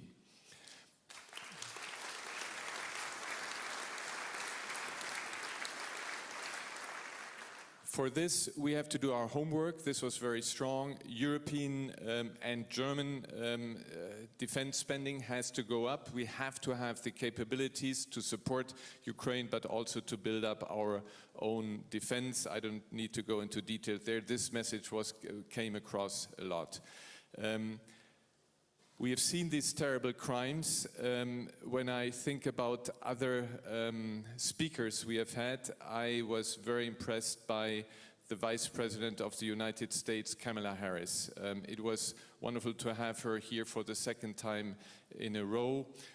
From her speech, what I picked out was that she very clearly said from the US perspective, what Vladimir Putin is committing is crime against humanity.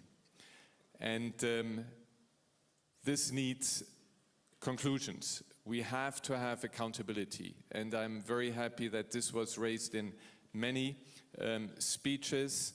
It cannot be that the crimes that are committed go without being accounted for. So we need strengthening of the International Criminal Court. I heard many who said we need the special court of the United Nations for the crime of aggression, and we need to be strong to actually work for it at the UN. We do this justice for the victims, for peace, and also as deterrent.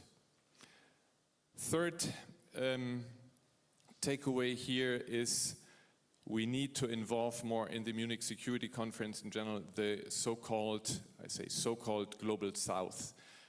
We brought him here on stage. We have the largest number of representatives from Latin America, from Africa and Asia. We heard them. We heard how they complained about the consequences of this war, the high grain price, energy price, the problems in the debt crisis. We don't have enough money to fight climate change. And many of them say, well, you have to get this war over and you have to stop supplying weapons. We need to concentrate on those issues. Yes, we need to concentrate on those, but what we have to do at the same time, we have to preserve the rules-based international order, the UN Charter, the Universal Declaration of Human Rights, because these are universal values and these are not Western values. This is what the global community is built on, and we have to work for it, and we have to engage much more with the so-called Global South to get this point across, and this has to be something where we, and I speak we as Germans, Europeans, have to listen much more carefully to also what their concerns are, and that we are actually responding to this. Now, the Munich Security Conference is, of course, a podium where you have lots of speeches, but there is a second part to it. And this is what one of my predecessors, Wolfgang Ischinger is here, and but also Horst Teltschik is here or was here, and he put the motto for the Munich Security Conference on paper, which is still today, and this is peace through dialogue. And we are very happy that on the margins of the Munich Security Conference, as in the past, we had a lot of dialogue which I think would not have happened if we hadn't had the chance here to get so many of you around. And just think about the fact that it was possible to have the foreign ministers, sorry, Madame Fu, I always call him foreign minister, he is now the state councillor. We had Wang Yi here. He gave a speech where, if I had more time, I would discuss a bit with you on it. But what was very important, that he met with Tony Blinken. And I think what the world needs is not another conflict. What we need is that we resolve the challenges that we have, also involving US and China, that we get to a solution which does not lead to another conflict. We had a meeting of the G7 foreign ministers. We had a meeting, it was the first time ever that the presidents of Azerbaijan and Prime Minister of Azerbaijan, Armenia and Georgia met. First time ever that they met. They met on a podium here at the Munich Security Conference. I wouldn't say that they resolved the conflict, but at least they were not physically fighting each other. They were talking, and I think there is also a glimpse of hope that this will continue. We had a Balkans roundtable where we have a lot of challenges. We had, and there was a very tough decision to take. We didn't have an official Russian here. We didn't have an official Iranian here.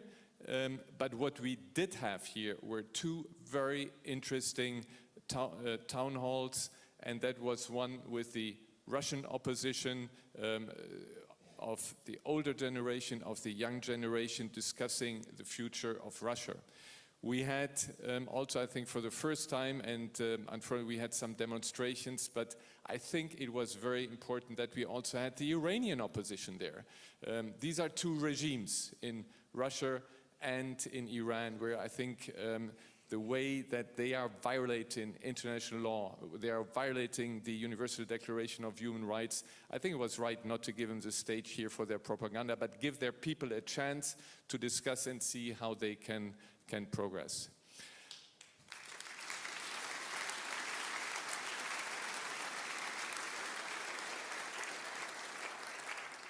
Oh, I forgot one thing. We also had the Weimar Triangle meet, the president of France, Germany, and Poland. And this was also very important for the European Union, because I believe only if we stick together as the European Union, we can make progress and actually cope with all the challenges that we are facing. Now, I promised you not to be much over 1 hour. I would like at the end to thank you all, to thank all the people on the podiums. I want to thank the MSc staff.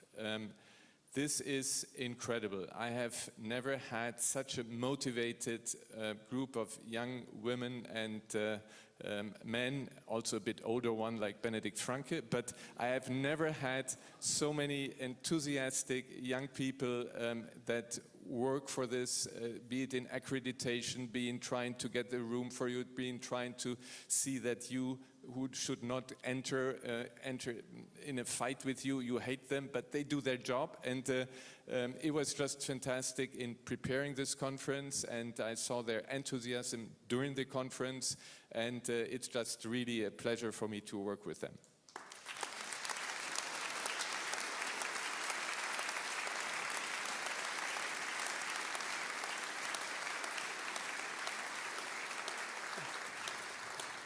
And finally, I have to say goodbye to Boris Ruge. Boris, please come up.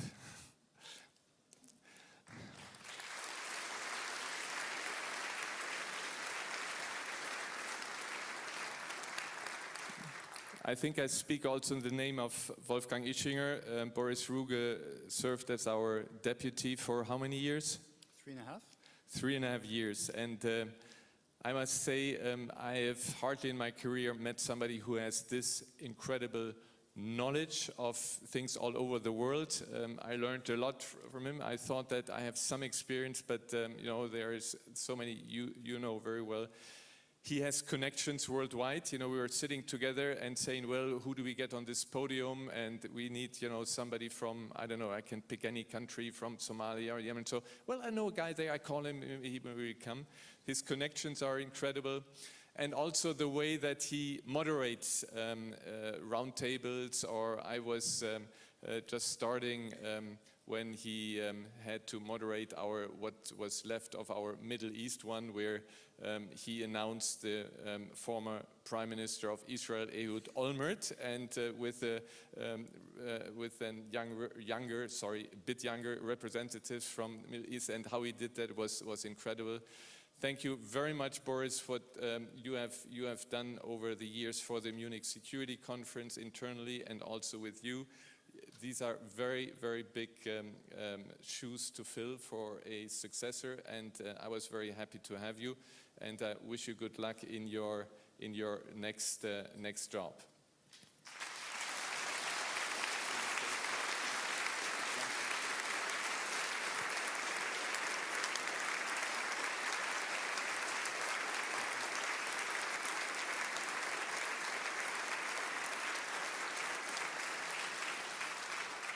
Thank you very much, Christoph, for keeping me. Thank you, Wolfgang, for bringing me on. Thank you, Benedict, wherever you are, for putting up with me. And most of all, a huge thanks to our team, which is truly fantastic. Thank you so much for everything. So,